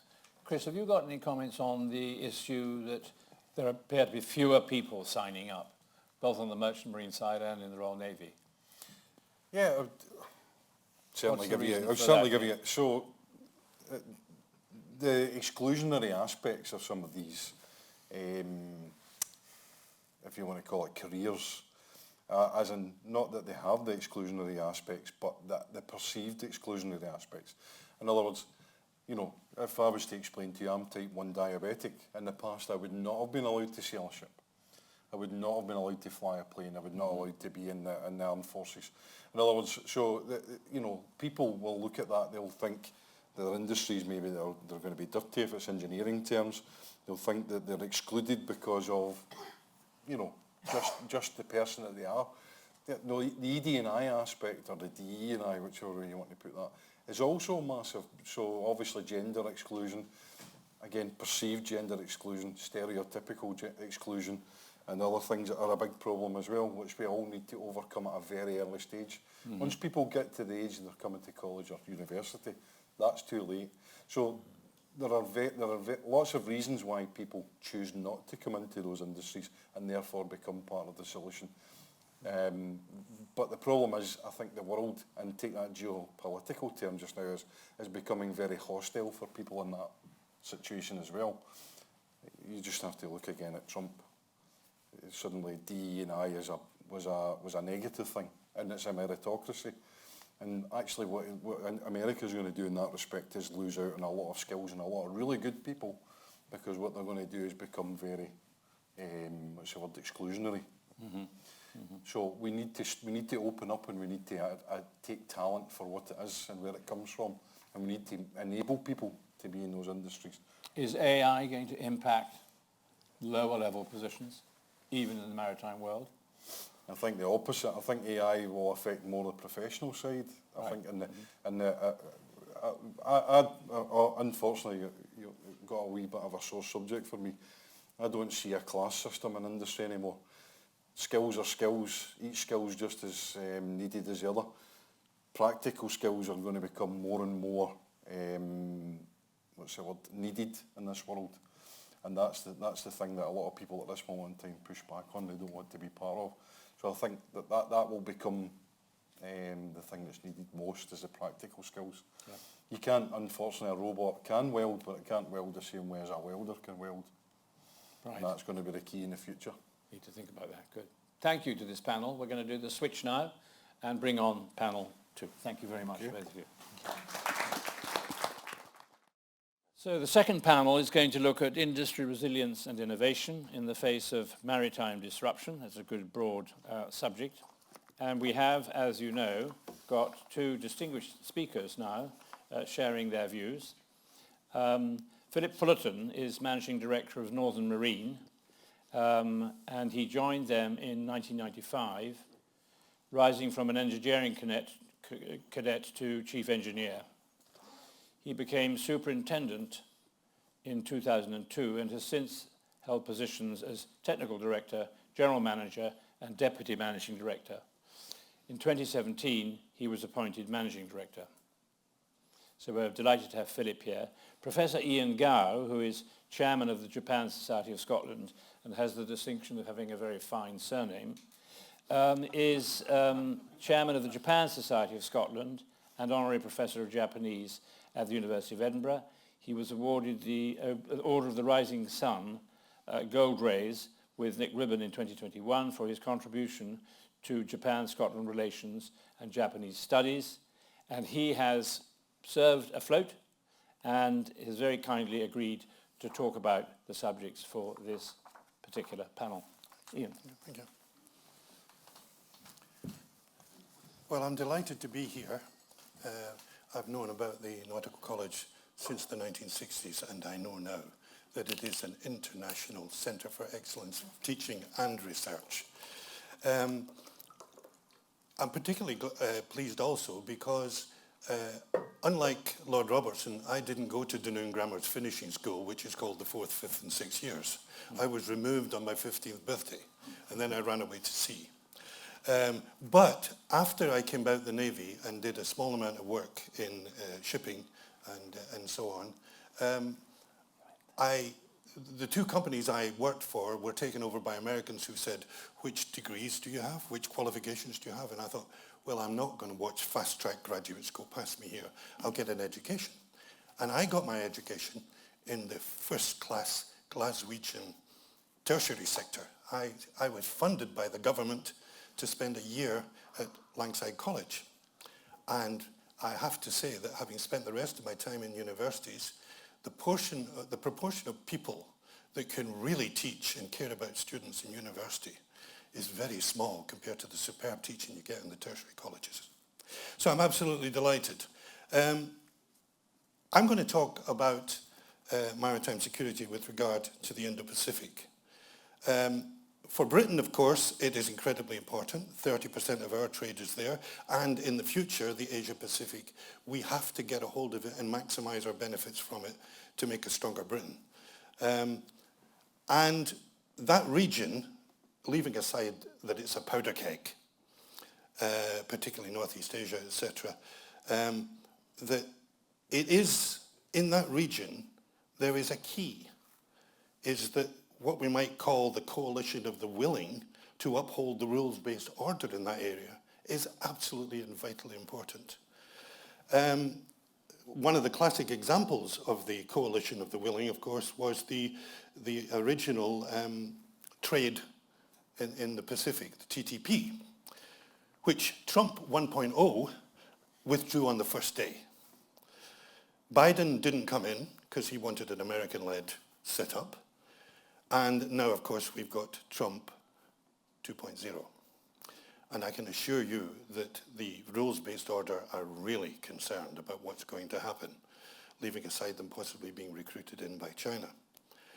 Japan filled the leadership vacancy in terms of, if you like, the rules-based order in the region, particularly Prime Minister Abe, in political and economic terms. So let's leave that aside for the moment.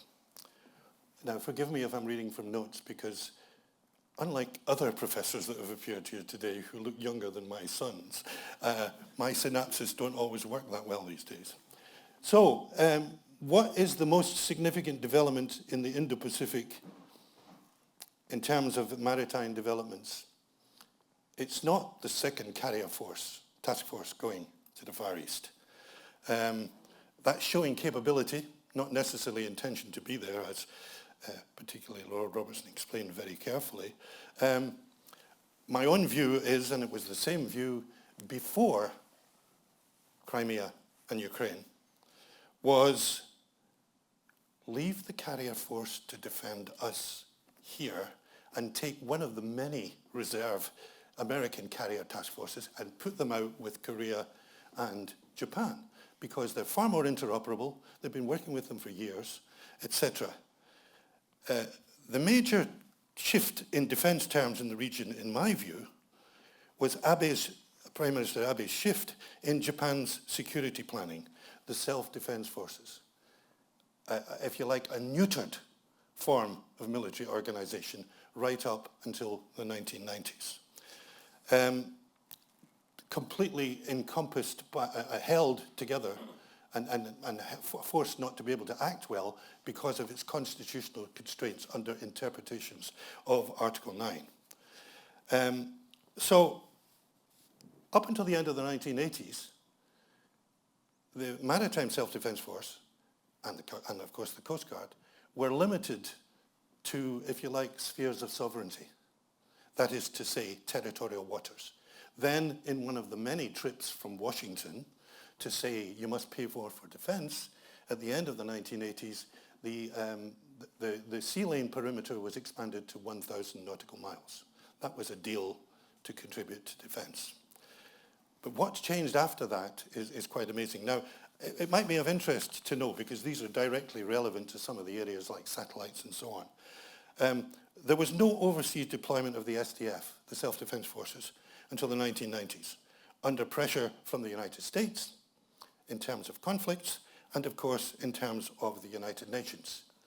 There was no Ministry of Defense, only a junior ministry until 2014. No participation in collective defense. They keep saying that, but I think that the treaty with America, the United States, is a form of collective self-defense.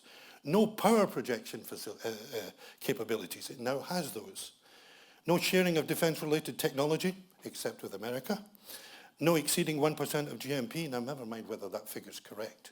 That was a policy of continuous governments, and it, of course, is the basis of Trump and others picking up on the fact of the peace dividend, if you like, in terms of the fact that these countries like Japan and Germany had spent less on defense and put their money into commercial development and then attacked the American markets, etc. There's a little bit of truth now. No military use of space until 2008. No foreign aid for military purposes until 2014. Defensive defense. Well, now we have a form of first strike thinking basically approved by the cabinet. The only one that remains is the ban on nuclear weapons. That actually is not based on Article 9. That's based on the article in the Constitution that says that Japan must honor its treaties, and it has signed and ratified the nuclear non-proliferation. But nevertheless, it would be very difficult for them themselves, maybe the allies, but not them, to bring it in. Now, the topic I was asked to comment on today was in terms of industrial innovation, industrial resilience and innovation as it relates to maritime strategy. Now, I suffer because I've read and I've written about these areas of maritime security. I suffer from the same sea blindness that our distinguished speaker just mentioned. I don't recall ever reading about the role of the merchant marine in security issues, because it's true that the Royal Navy defends Britain, but so does the merchant marine. Anyway, I thought that the thing to do would be, if we want to look at industrial resilience and innovation developments, we should look at not just Japan, but South Korea. And I'll come on to that, for pioneering developments in these areas. Now, the Koreans and the Japanese, 99% dependence on the sea. South Korea, 96%. 90% energy dependence by sea.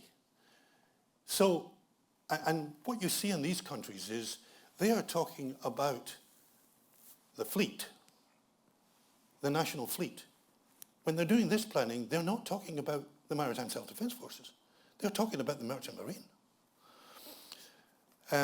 So, in terms of technological leadership in maritime security, we have two countries at the forefront of maritime technology and innovation: South Korea's world-class shipbuilding programs, Japan's advanced maritime monitoring systems, etc. These are all part of that. But they are actually now working closer and closer together. They've had problems. In that triangle, the weak triangle is between Japan and South Korea, with America linked to two of them. Now, the more uncertainty there is in that region, the more close Japan and South Korea are going to move together in terms of their own ability to protect and support the rules-based order. And interestingly, they both, thanks to the UK government, they both now have much stronger agreements with Britain. And I see something of a triangle in maritime supremacy in the region between Britain and them.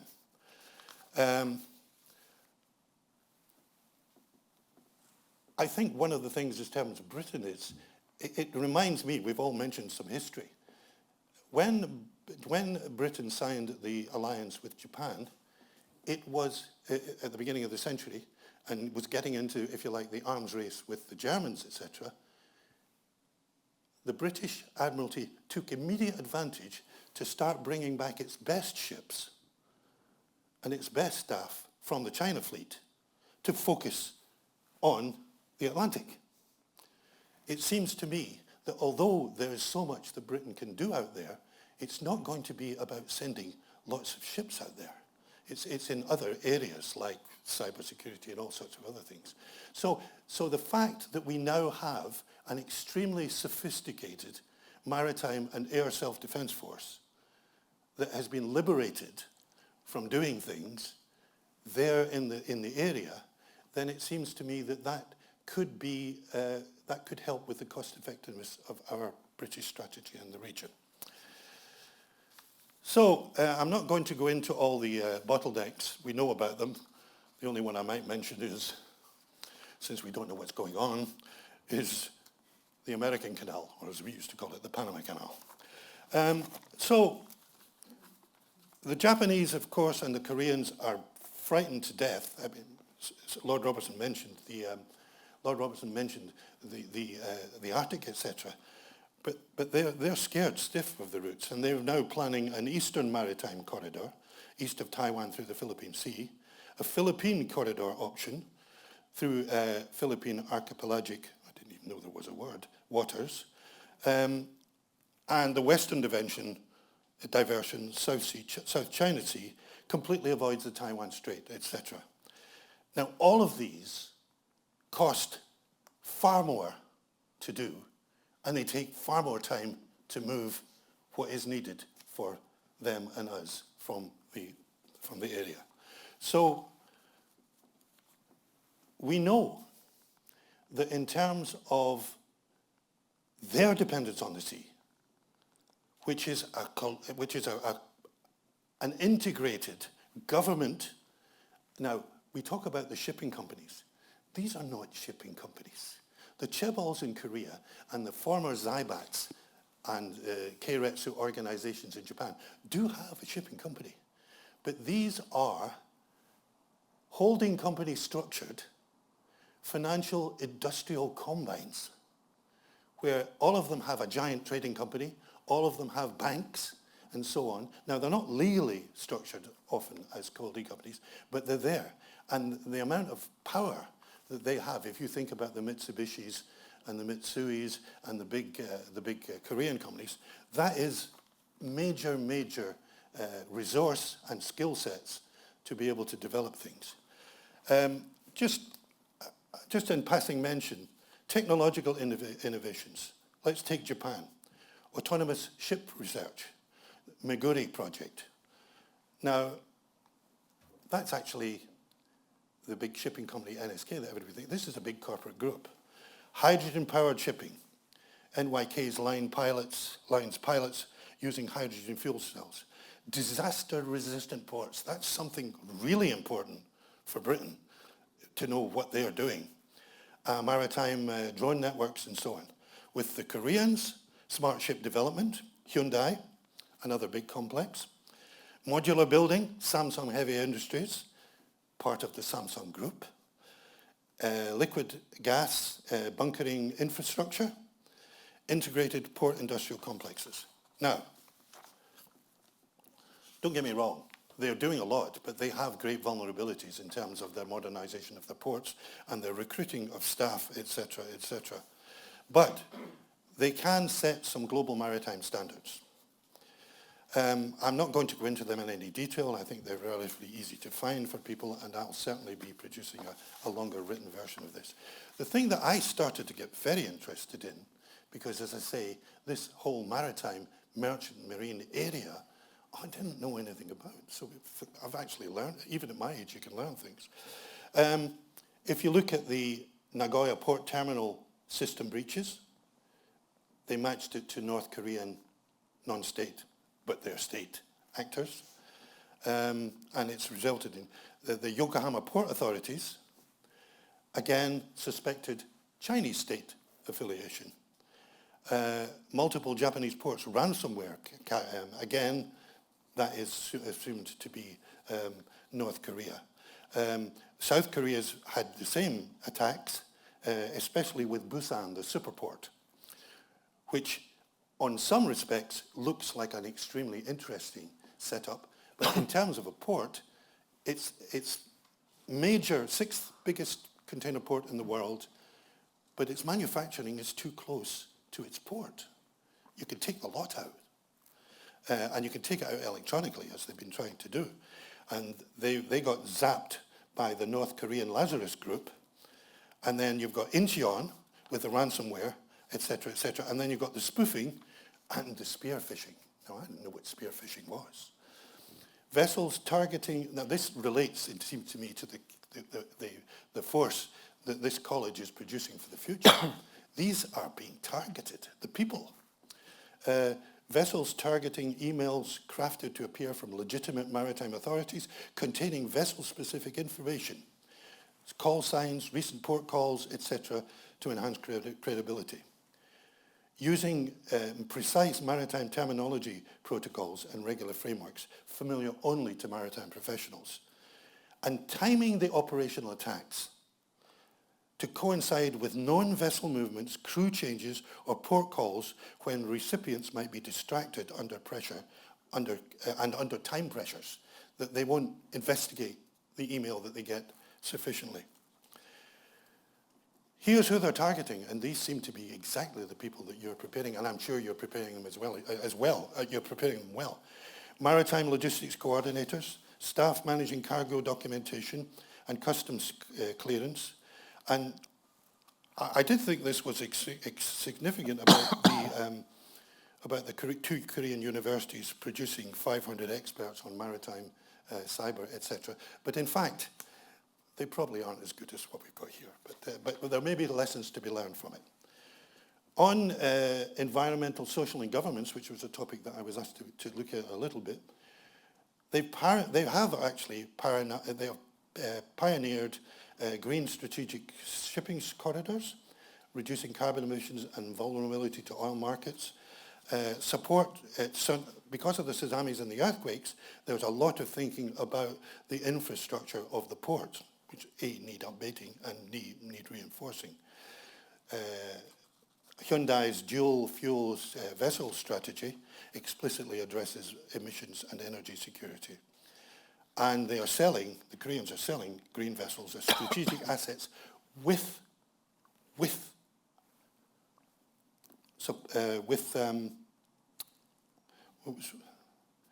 security benefits. It seems to me that the whole area, it's all coming back to the same thing.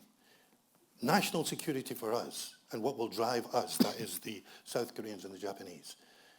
They're going to spend, and they have got brain power, but they don't have exclusive control of it, but they do have money and resources and a desperate need, which will drive innovation.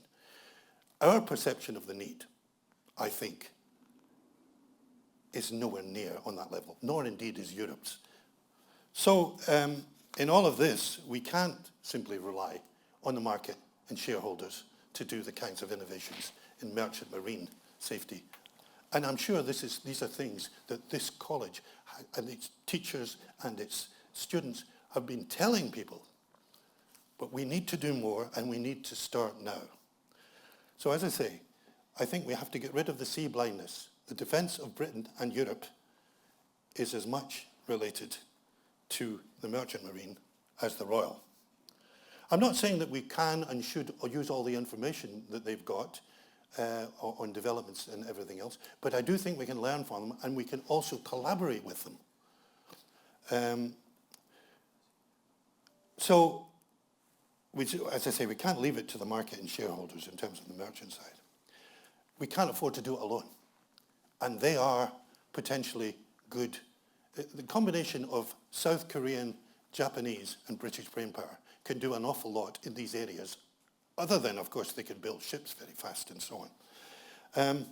So we need to persuade the government and the Europeans that we need to know more of what they're doing, and we need to know where we can not reinvent the wheel, or we can use them to pressure us into, it'd be very nice if there was in the national budget a column for merchant marine, but there isn't. They're funded from all sorts of different places. So that's all I can really offer, is to say that there is a concentration of power which is directly related to the topic that was selected for today. And for all of those young elite officers that you're training, well, they might end up working in Japanese and Korean ports and research institutes, etc., or on their ships, the national fleets merchant of Japan and Korea. So how's your Japanese and Korean? Because I think you might need it in the future.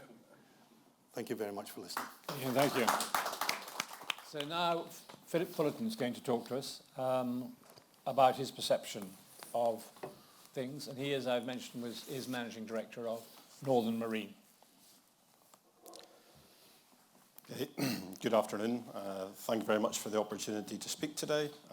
Very much looking forward to it all week. I cast my mind back. I started here as a cadet in 1992 as an engineer cadet. I look at the college today. I must say it's extremely impressive what's been achieved.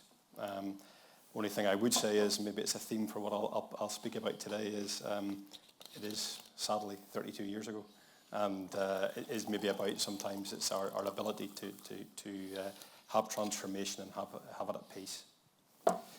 So the follow on from what Lord Robertson said earlier on, his keynote address is extremely difficult in many ways, but there's a lot of themes that maybe come through and shine through in the commercial shipping side of things. We could talk about geopolitics. Lots to be said, very changing circumstance at the moment. But maybe thinking about geopolitics in itself, different areas, different actors come along, but in reality, the presence of such things never goes away. So it's in some ways it's trying to, as Lord Robertson explained earlier on, structuring a defence review to take into the uncertainties of the future, albeit it's where the uncertainties are rather than what the uncertainties can be. There is a parallel of replication over the years of the consequence of same. We can also look from a trade disruption point of view and industry reliance.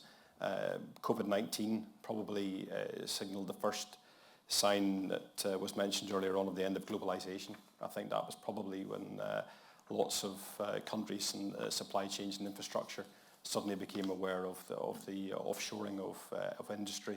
And the phrase of nearshoring came to our minds quite quickly. We could say from a manufacturing point of view, a trade point of view, resilience point of view, some of the stuff that we saw as problematic with offshoring of these industries wasn't exactly the most complex or challenging areas of what we needed as a country to achieve our day-to-day ongoing operations. And I think that vulnerability really struck home to us all. So I think whilst it's maybe not directly due to security that kicked some of this off, but a global pandemic, but really it just rolls into the security and the destabilisation through the geopolitical arena. Climate change also has been another area where we see things. You could say it's twofold. Climate change has had impacts in other countries that then have the needs now for us to look about from a trade and from a logistics, delivery, resilience point of view. But I think also what was referenced earlier on by Paul when it came to COP26, and we were involved in quite a number of the maritime areas there. I think we'd seen maybe COP26 is moving just away from climate change and also quite heavily touching on global equalisation. And I think this was not just a quest for a decarbonisation future, but it may be a rebalance of the wealth within the global communities. And again, pulling us back into these sorts of areas of the resilience of investments overseas versus requirements at home. Ian also mentioned some of the large Japanese shipping companies. When we speak to them, they're clients of ours. They're logistics providers, they're not shipping companies. And I think that's one of the biggest areas we also have to consider as well, as just shipping plays a part in a logistics chain, and it's not to be seen in isolation from just a delivery point of view. We've also had experience, and we've actually had vessels through the Northern Sea Route a number of years ago before the current changes of geopolitical welcoming and unwelcoming of countries in the area. Again, it has opened up things.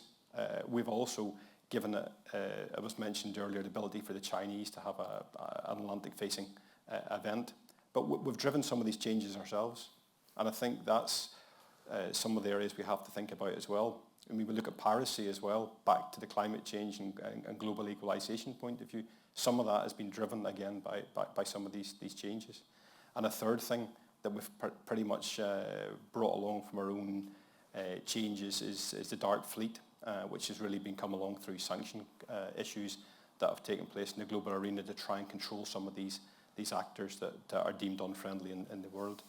So maybe it takes me on my next point. What have we learned?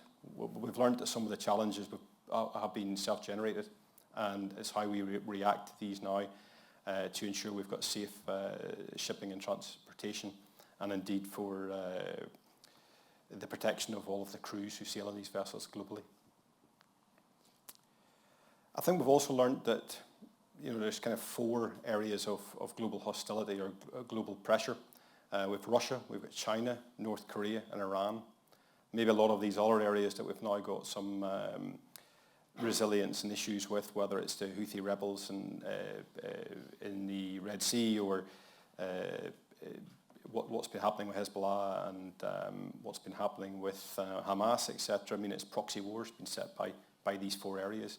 So again, I think this proxy element will spread as we look forward. So again, it's where do we, in life, I would always say we limit the amount of gunpowder. Where do we put it? Where do we get our best effect from it? And are we going to try and use all of our security capability from the disruption of maritime activities and give us more reliance in our industry? Is it these 4 areas that we have to focus on? The rest will take care of itself. Who knows?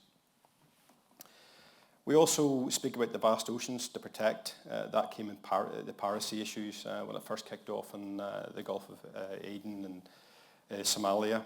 The military response to that was slow. It was very ineffective to start with. But you could also say, is it surprising? Vast areas of sea to patrol with very few ships. It's just not what navies are what do you call it, designed to put in place to do. They're not police cars travelling around the countryside trying to protect and look for vulnerabilities in our systems. So again, it's trying to understand how we can coordinate these things through different actions to increase our resilience and ensure that the capability for shipping to continue. But that also maybe takes us down to kind of the rules-based society, and the fact that was always what was governed us from what we went through. The kind of move away from that rules-based society by some of these actors is causing us then the disruption globally. UNCLOS was mentioned earlier on, freedom of navigation, key to it, but it's not always what we see. These geopolitical issues do give us changes in this area, and a good example has been over time where Iran has had tit-for-tat issues with other countries' assets when it comes to their continued expectation to freely trade with oil, for example. Back in 2019, one of the Iranian vessels, Grace 1, was trying to deliver oil to Syria. It was stopped in Gibraltar by the UK government. Good, again, back to rules-based society, what can and what cannot be done. But consequently, British ships were then targeted in the Arabian Gulf. And it's despite all of the planning and different things, sadly one of our ships was taken in retaliation to the Grace 1 being taken by the UK government in Gibraltar. And you could say the consequence from that geopolitical dispute was tit for tat. You won't let our oil trade, we won't let your oil trade, and we'll take a view in your flags.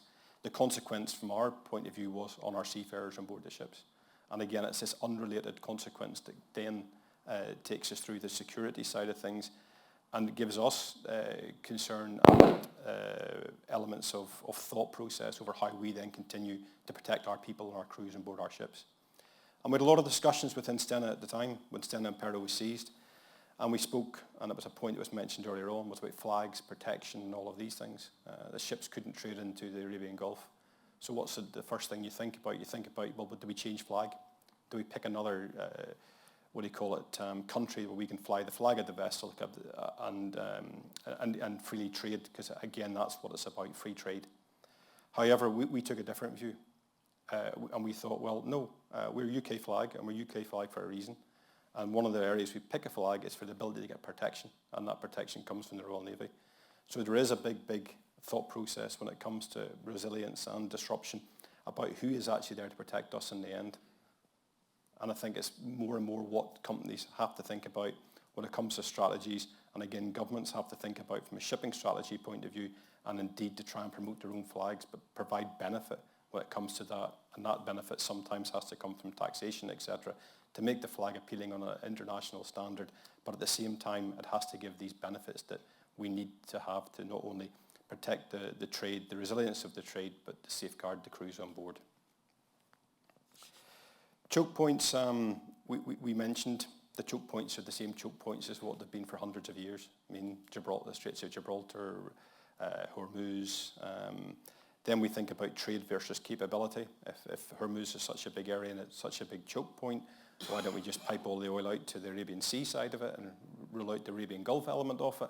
But again, that's not how markets work. So we've got different dynamics at times that push us into the area. So can we have this ultimate standpoint of hassle-free trade that takes place without any implications or any security concerns? And I think it's just not possible. So we have to then think about what mitigation we put in place to try and allow us to increase our resilience in those areas. But for me, a lot of it comes down to collaboration, and I think it has to be collaboration with like-minded people. I think at times as an industry, we try and collaborate with everybody and try and get the best out of all things instead of maybe choosing our partners wisely, sharing ideas, making sure that collaboration then is for the benefit of a limited number of people. And you could say, well, that's protectionism, but in reality, it's what's possibly needed to try and bypass some of the actors that we know that are causing the global destabilization when it comes to free trade. We also look forward to reading the Strategic Defence Review. I think there's also elements in there where I think we've seen the start of this within the UK government. I think there has been a lot more collaboration with industry from an MOD point of view. I think that's a good thing. There's a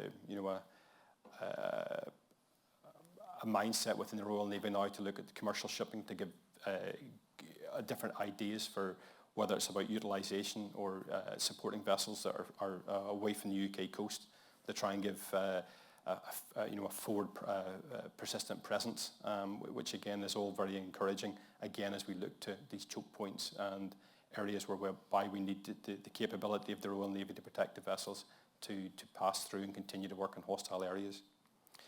So there's lots of good things, but I think that shows one part of a strategic defence review. But I do believe that strategic thinking, especially in governments, is lacking from a long-term point of view. And I think infrastructure and strategic sight for the next number of years is important. I just look back at my own travels 20 years ago in China versus going to visit there today for work-related things. And the longer-term vision they have is quite striking, whereby some of the spending that we have within shipping or something here is very short-term rather than long-term focused.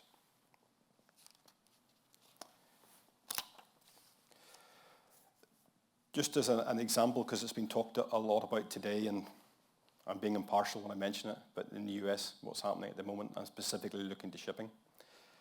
The President, back to impartial, whether we like the ideas, we don't like the ideas, but the shipping side of things is now very much part of the National Security Council, and it's been housed within the White House. It's a strategic element that they've maybe not seen for many years, but it's come to the forefront of the minds for not only for the capability for trade.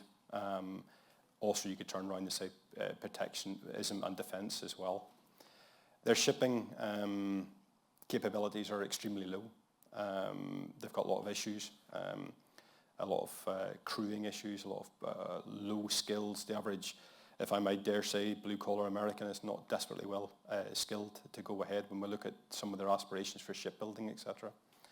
But there is a need for them and for us, both in the UK and the US and other European countries as well, to maybe look at some of the stuff that's actually happening in America, distancing ourselves from some of the parts we don't see as the best route forward to a positive future. But it is about some of the partnerships that they're looking to engage with. I mean, the fact that one of the largest Korean shipbuilders has bought Philly shipyard in America to try and obviously kickstart some form of rapid expansion of UK shipbuilding and US shipbuilding and US capability is extremely encouraging, I think, when we're trying to see how these skills can be left. Whilst we have a good shipbuilding focus point here in the UK, and when Lord Robertson puts it into perspective of the carrier project that was signed off in the late 90s, I mean, you only went to sea 3 years ago. Again, back to the point of our flash to bang is far too slow. And again, from a resilience and disruption point of view, if we need more assets, become of a global threat that's causing us difficulties with our ability to trade. Again, how can we quickly ramp up some of these things, whether it's traditional ships or new modern types of protection. So again, it's time and impact. I think that's an important point. Whether we like, again, what's happening in America, the president's 4 years, this president's trying to do something in 4 years, as opposed to maybe looking at a longer term vision that we, maybe in this country, have never managed to fully harness over the periods. So I think from what's happening there is lessons to be learned. But again, it is all about, I think, at the end of the day, of creating a very safe space for global trade and for the people who are engaged in this trade. Thank you.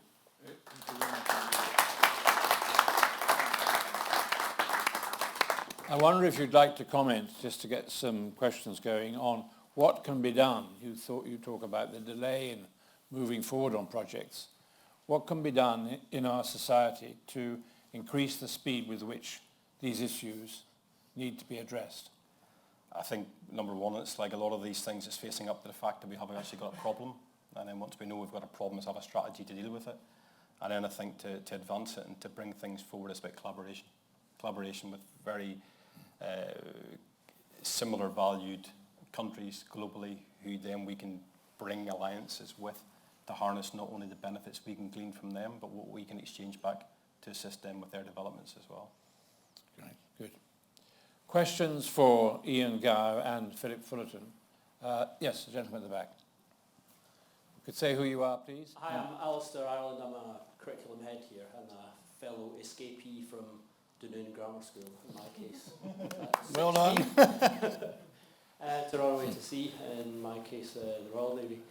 Sort of distilling a lot of that, I kind of had a much bigger question, but a lot of it's been sort of covered about the time it takes to generate capabilities from defence review to operational capability and so on, against much quicker cycle times for the development of things like AI and cyber and drones and all the rest of it.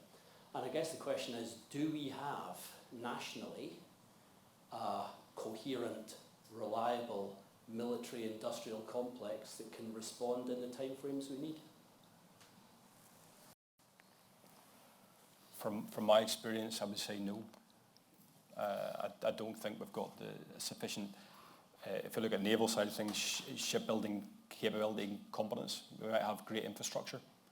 Some of the infrastructure we have for shipbuilding in the UK, when it comes to dry docks and capabilities like that, are a global envy.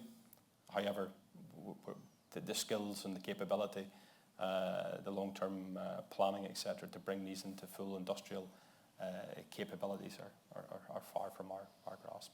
So what happened? Here we are, sitting by this water, where the majority of the ships in the world were built. And even in Myanmar, which was Burma, known as the Scottish colony, the Irrawaddy River Company of ferries is still run from Glasgow. And those ferries, many of them were built there. So what's happened? Where have we gone wrong? And where have we lost that ability to impact things? Is it because we were bankrupt at the end of the Second World War? Is it because we've never recovered from that?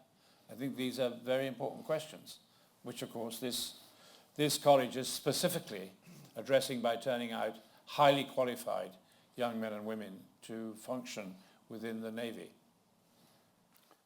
A part answer to that, because you inspired me to make a contribution, is I was aware of that Miramar and that Glasgow link just actually quite recently. But it's the point that Philip made is our government, Western governments, are myopic. They don't think long term anymore. So this college is successful because we think in 10 years, 25 years and 50-year time horizons. We're envisioning what City and Glasgow College will look like in 2065 right now. Now we're only one institution, but wouldn't it be good if our government, and more importantly what I mean by our government, our officials who advise our government, wouldn't it be good if they had some training or some expectation to not think beyond a parliamentary term or indeed a short time horizon, but to think as the Chinese think in terms of that kind of even 100 years. So Glasgow as and the UK, I think we're as one of the top 8 cities in the UK, probably I think it's the 5th largest in the UK, Glasgow. Our challenge has been that we are the victim of short-term thinking. We're the victim of expediency, and unfortunately we're the victim a little bit of our success. Glasgow, as a shipbuilding capital, built half all the Merchant Navy ships, half and all the Royal Navy ships plus going forward, but we weren't able to sustain that because the industry became deglobalized. Our governments failed to protect that and the infrastructure needed beyond the short term. And as a result, we're playing catch up. Now, as an institution, we're constantly saying to not just the Scottish government, but the UK government, is there any chance of you thinking in the long term? Is there any chance of you investing in the long term? Is there any chance of you having a blueprint in the long term? I think the SDRs are an example of that because they think in 10-year time horizons. But sadly, we went through a period of time when, with 24/7 news, we weren't actually thinking beyond that. And we have a danger here because in more than one occasion I heard everybody talking about, well, what's Trump thinking today? So are we actually going from 24 hours thinking to minutes thinking in terms of that? Because if that's the case, it's the wrong direction of planning. Yeah. So I think Glasgow needs to kind of remind the world of our great prowess. And I just want to say, since we have this distinguished audience here today, Glasgow was once wealthier than London because it was 21 days shorter from the Americas to get here. I want to say something. And the first monument to the Royal Naval Battle of the Nile, Nelson, wasn't in London with Trafalgar Square and the monument. It was actually in our park with the obelisk that was put up because our merchants could do that. Our merchants were wealthy. Our merchants traded actually in drugs. Our merchants in Glasgow provide 75% of all of Europe with drugs. And what were they? Sugar, tobacco. Go forward. Imperial preference helped. Indeed. So the challenge here is, can we use institutions, I guess, cities like this to remind others that it's not about minutes and days or parliamentary terms. At some stage and in some industries, and if shipping is part of that, and shipbuilding, let's get back to longer term thinking. Lord Robertson, are there any grounds for optimism that we can change the way in which we function? Seems to me autocracies who think in the very long term, or to quote the Chinese, I think it was, you have the watches, but we have the time. Is there a way that we can address it? And I know Ian Gow and Kirk want to say something as well. Well, the SDR will look forward to 2035. And so we're attempting to take a longer term perspective on that. And what you build up during that time in order to get back to the war-fighting capability that will alone deter. But I share the same pessimism that people have, that we don't think about it. You know, there is one institution in this country which has got multi-party support, stretches across electoral cycles, and costs billions and billions of pounds. Now, when you say that to people and you ask, what is it? Most people don't know, but it is the nuclear deterrent. And it's almost the only thing where, in fact, the country thinks strategically. And some of us, there's a small group of us who are getting together now to try and get strategic thinking into government, you know, building it in, you know, so that civil servants and the rest begin to start thinking about overall strategy. And you know, we're beginning to make progress in that area. Ian, you wanted to comment? Yeah, I wanted to go back to what we were talking about earlier. I mean, obviously, I am aware that a great Chinese statesman, when asked what he thought of the French Revolution, said, too early to tell, too early to tell. You know, they're long-term planners, they say. But my view at the moment is that there may be a way to prioritize the merchant side of all of this and the ports and so on. There's this unique moment where we are now facing the Russians getting everything they want and with ambitions for the rest of Europe, and with what the Japanese and others always feared, the abandonment of almost Europe for our own self-defense. Now that is a critical change. And it seems to me that that can be used to say, we are not going to change the nature of politics, it seems to me. But what we can do is to say, here is a critical event where suddenly we have to start thinking the same way as the Japanese and the Koreans. And that let's get the Navy sorted out, which is, I mean, you'll be hoping that it's never known as the Lord Robertson report because it's successful. And I think it's going to be successful. But I think if we get that right, then we use the event to say, wait a minute, what about the merchant navy and the ports and everything else? Because believe you me, the non-state actors, most of whom are not really non-state, the hackers and so on and so forth, people like Putin are going to disrupt. We can pray for a change in America from it's heading towards a combination of an autocracy and a plutocracy of a certain kind. I think that the fact that we are, to some extent, being abandoned from our principles in Europe by these two men. I mean, NATO is going to become no Trump Atlantic Treaty Organization. So I think that we can use the event to say, okay, we think we got it clear on the Navy. Now, is there anything? Let's look again now at our dependence as an island nation. I mean, I know that South Korea is not an island. It's a peninsula, but the other bit of it is sitting waiting for the North Koreans.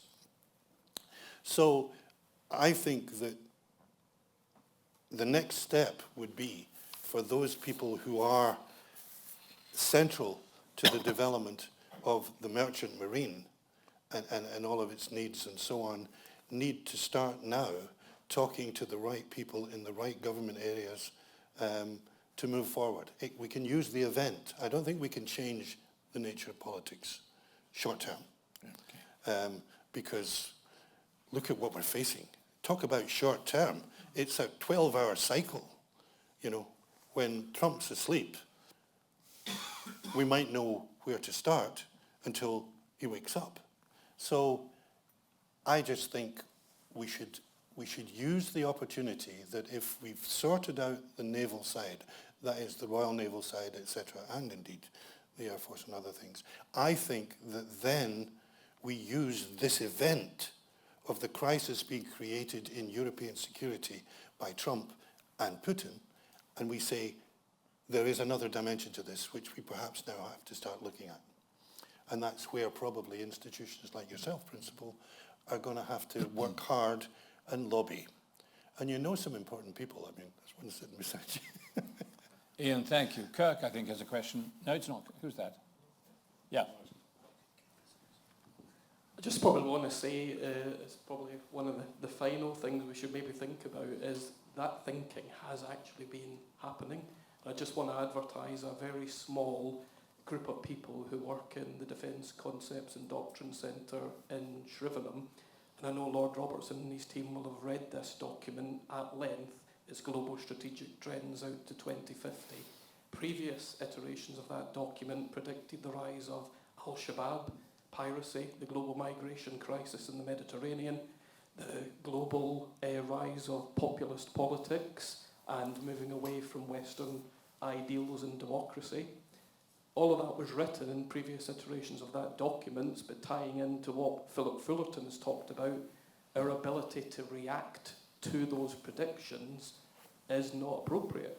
But all we need to do is read that document out to 2050, realise what those problems are now, and start dealing with them. And then we may have fewer problems in the future to worry about. But I would commend that document to you. Global Strategic Trends out to 2050. Is that available to the general public? You Google that and it will pop up, and it's an incredibly interesting document to read. Yeah, good. Any other observations before we close up? Yes. Hi, I'm Eleanor. I'm a student rep for the ASI. I actually have a question for kind of everyone who's spoken today. Thank you to all of you. And so you've all highlighted in different ways the importance of defence. And my question is less about changing capabilities, more about changing attitudes. I think for a lot of young people, despite the importance of defence, it remains incredibly unattractive.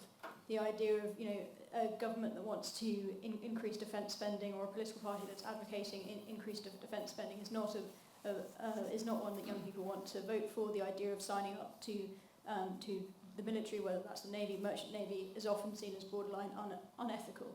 And so, so you highlighted a sort of strategic gap in terms of recruitment and all this sort of thing. So I was just wondering, how do you, before you begin to think about changing, capabilities, how do you actually incentivize people to join up to give you that capability in the first place? Who would like to answer that amongst the panellists? You highlight again, one of the hardest things is as you say, take ethics. And across all student populations, across many universities, colleges and other education institutes, it's quite clear that young people and those that come back into education have a vastly different ethic now than they ever had before. That sometimes comes from where they've come from, it's from their global outreach and what they see in the world. Defence, in our terms, we look at the merchant navy as a supply chain. You look at that as feeding the world, making sure that the world has what it needs. And I think most of you all have a mobile phone in your pocket that's come from China or that area. Most of you will have goods, you're wearing clothes that have come from around the world. So for me, it's maintaining that ability for us to trade, and trade brings collaboration. And what that means then is we're globally connected. Right? And I think young people that want to worry about the ethics need to look at that and think, it's connecting the world. The defence of that and the ability to secure that then means that ethically it's an excellent industry to be part of, whether in the defence and the Royal Navy or whether in the merchant navy itself, moving those goods. Big thing that anybody wants to think about when they come into this industry though is how we sustain it in a way that it doesn't bring the world down in the sense of climate or pollution and other things like that. And so that's the bit where we all need to work. The education's working hard along with industry such as Philip and his team as to how we make it more ethical in the sense of sustainability and how we do things in a clean and greener way. And I think young people need to come in and help us do that. And with those ethics in their head and with those ethics in their heart, if that makes sense. So we want more people to think of this as an industry they should come into because they can then safeguard and collaborate around the world. Did you want to speak? Did you want to say something? Paul? Yeah, on the terms of recruitment, this was very surprising when I was told this. And it's less applicable to the professionals that you're training, but they have to manage crews, etc. And one of the biggest problems that some people are saying is that you won't join the Royal Navy because you have to give up your mobile phone. I mean, you know, these are people addicted to the internet. And I mean, it sounds surprising, but this is a view held by quite a lot of naval officers, is that the minute that they realize, and it would apply to the merchants as well, you know, are you going to dare to risk having mobile phones that are hacked and so on? The earlier question about the military-industrial complex, I deliberately didn't, because I was just trying to make an impression about the potential. There is one danger from Japan for the British military-industrial complex. We know that they're talking, and the Ministry of Defence are talking, about the fact that we can use the defence industries to help rebuild Britain in the best way. But Japan has released its defence industry from the manacles. It wasn't allowed to build weapons, etc. It did get by on dual applications technology, but in the whole of Southeast Asia, if that is our market, we better find a way through joint ventures to be working with the Japanese in that area, because if we don't, they'll take the area. Now, I'm not saying that in a negative sense. It's naturally what they would do. They've already shown themselves to be rather naive. They lost out to the French and so on in terms of negotiation. But they are now free to develop a defence industry in the best possible way to help South and Southeast Asia. But if these are markets where we are still looking, then we better get into bed with the Japanese. Not the South Koreans, because they weren't held back. But the Japanese defence industry is going to rapidly expand. And we better be in, I would almost say, the carrier that's most important is think of Japan as a carrier to the region and get our defence industry aboard the carrier with joint ventures, etc. Just a thought. Ian, would you like, sorry, Paul, would you like to make your comments and just give us a closing to close this off? Is that all right? Yeah, sure. If you want to come up here. Just on that last one. That was a fantastic question, and thank you for asking it. And I think that's why we've included cadets and younger people in the room, so that we're asking better questions. Now, the challenge to the question you posed is really twofold. One, if a whole range of industries, and this college supports 230, shipping is one, shipbuilding is another, creative industries a third, financial services fourth, etc., etc. So it's exactly the same issue in nearly every other industry. Most other industries are not attractive to young people. So the responsibility of the chief executives and the boards is to understand that, and if you're going to attract them, make yourself more attractive by your conditions, the role models that you send out to encourage young people, the remuneration, etc., etc. However, the flip side of that is we obsess too much with the young. That might seem odd for an educator to say that, but let me give you a statistic. If we took every university, every college, every apprenticeship provider in the United Kingdom, and there's about 600, the output from that combined education world refreshes our workforce by only 2.5% every year. Only 2.5% every year. Now that's profoundly shocking until you think that every year we ignore 97.5% of the workforce. There is no upskilling, there is no reskilling, there are no development of role models and mentoring for those that could come into the workforce. So we need to understand that and do something about it. So that's a bit of an answer to that two-part question. Roddy, I said earlier on we need to make this an annual event. Mm-hmm. By our questions, we could be here by 6 o'clock. We still would be asking more questions. So I think we've got some fresh ideas about what may be the agenda.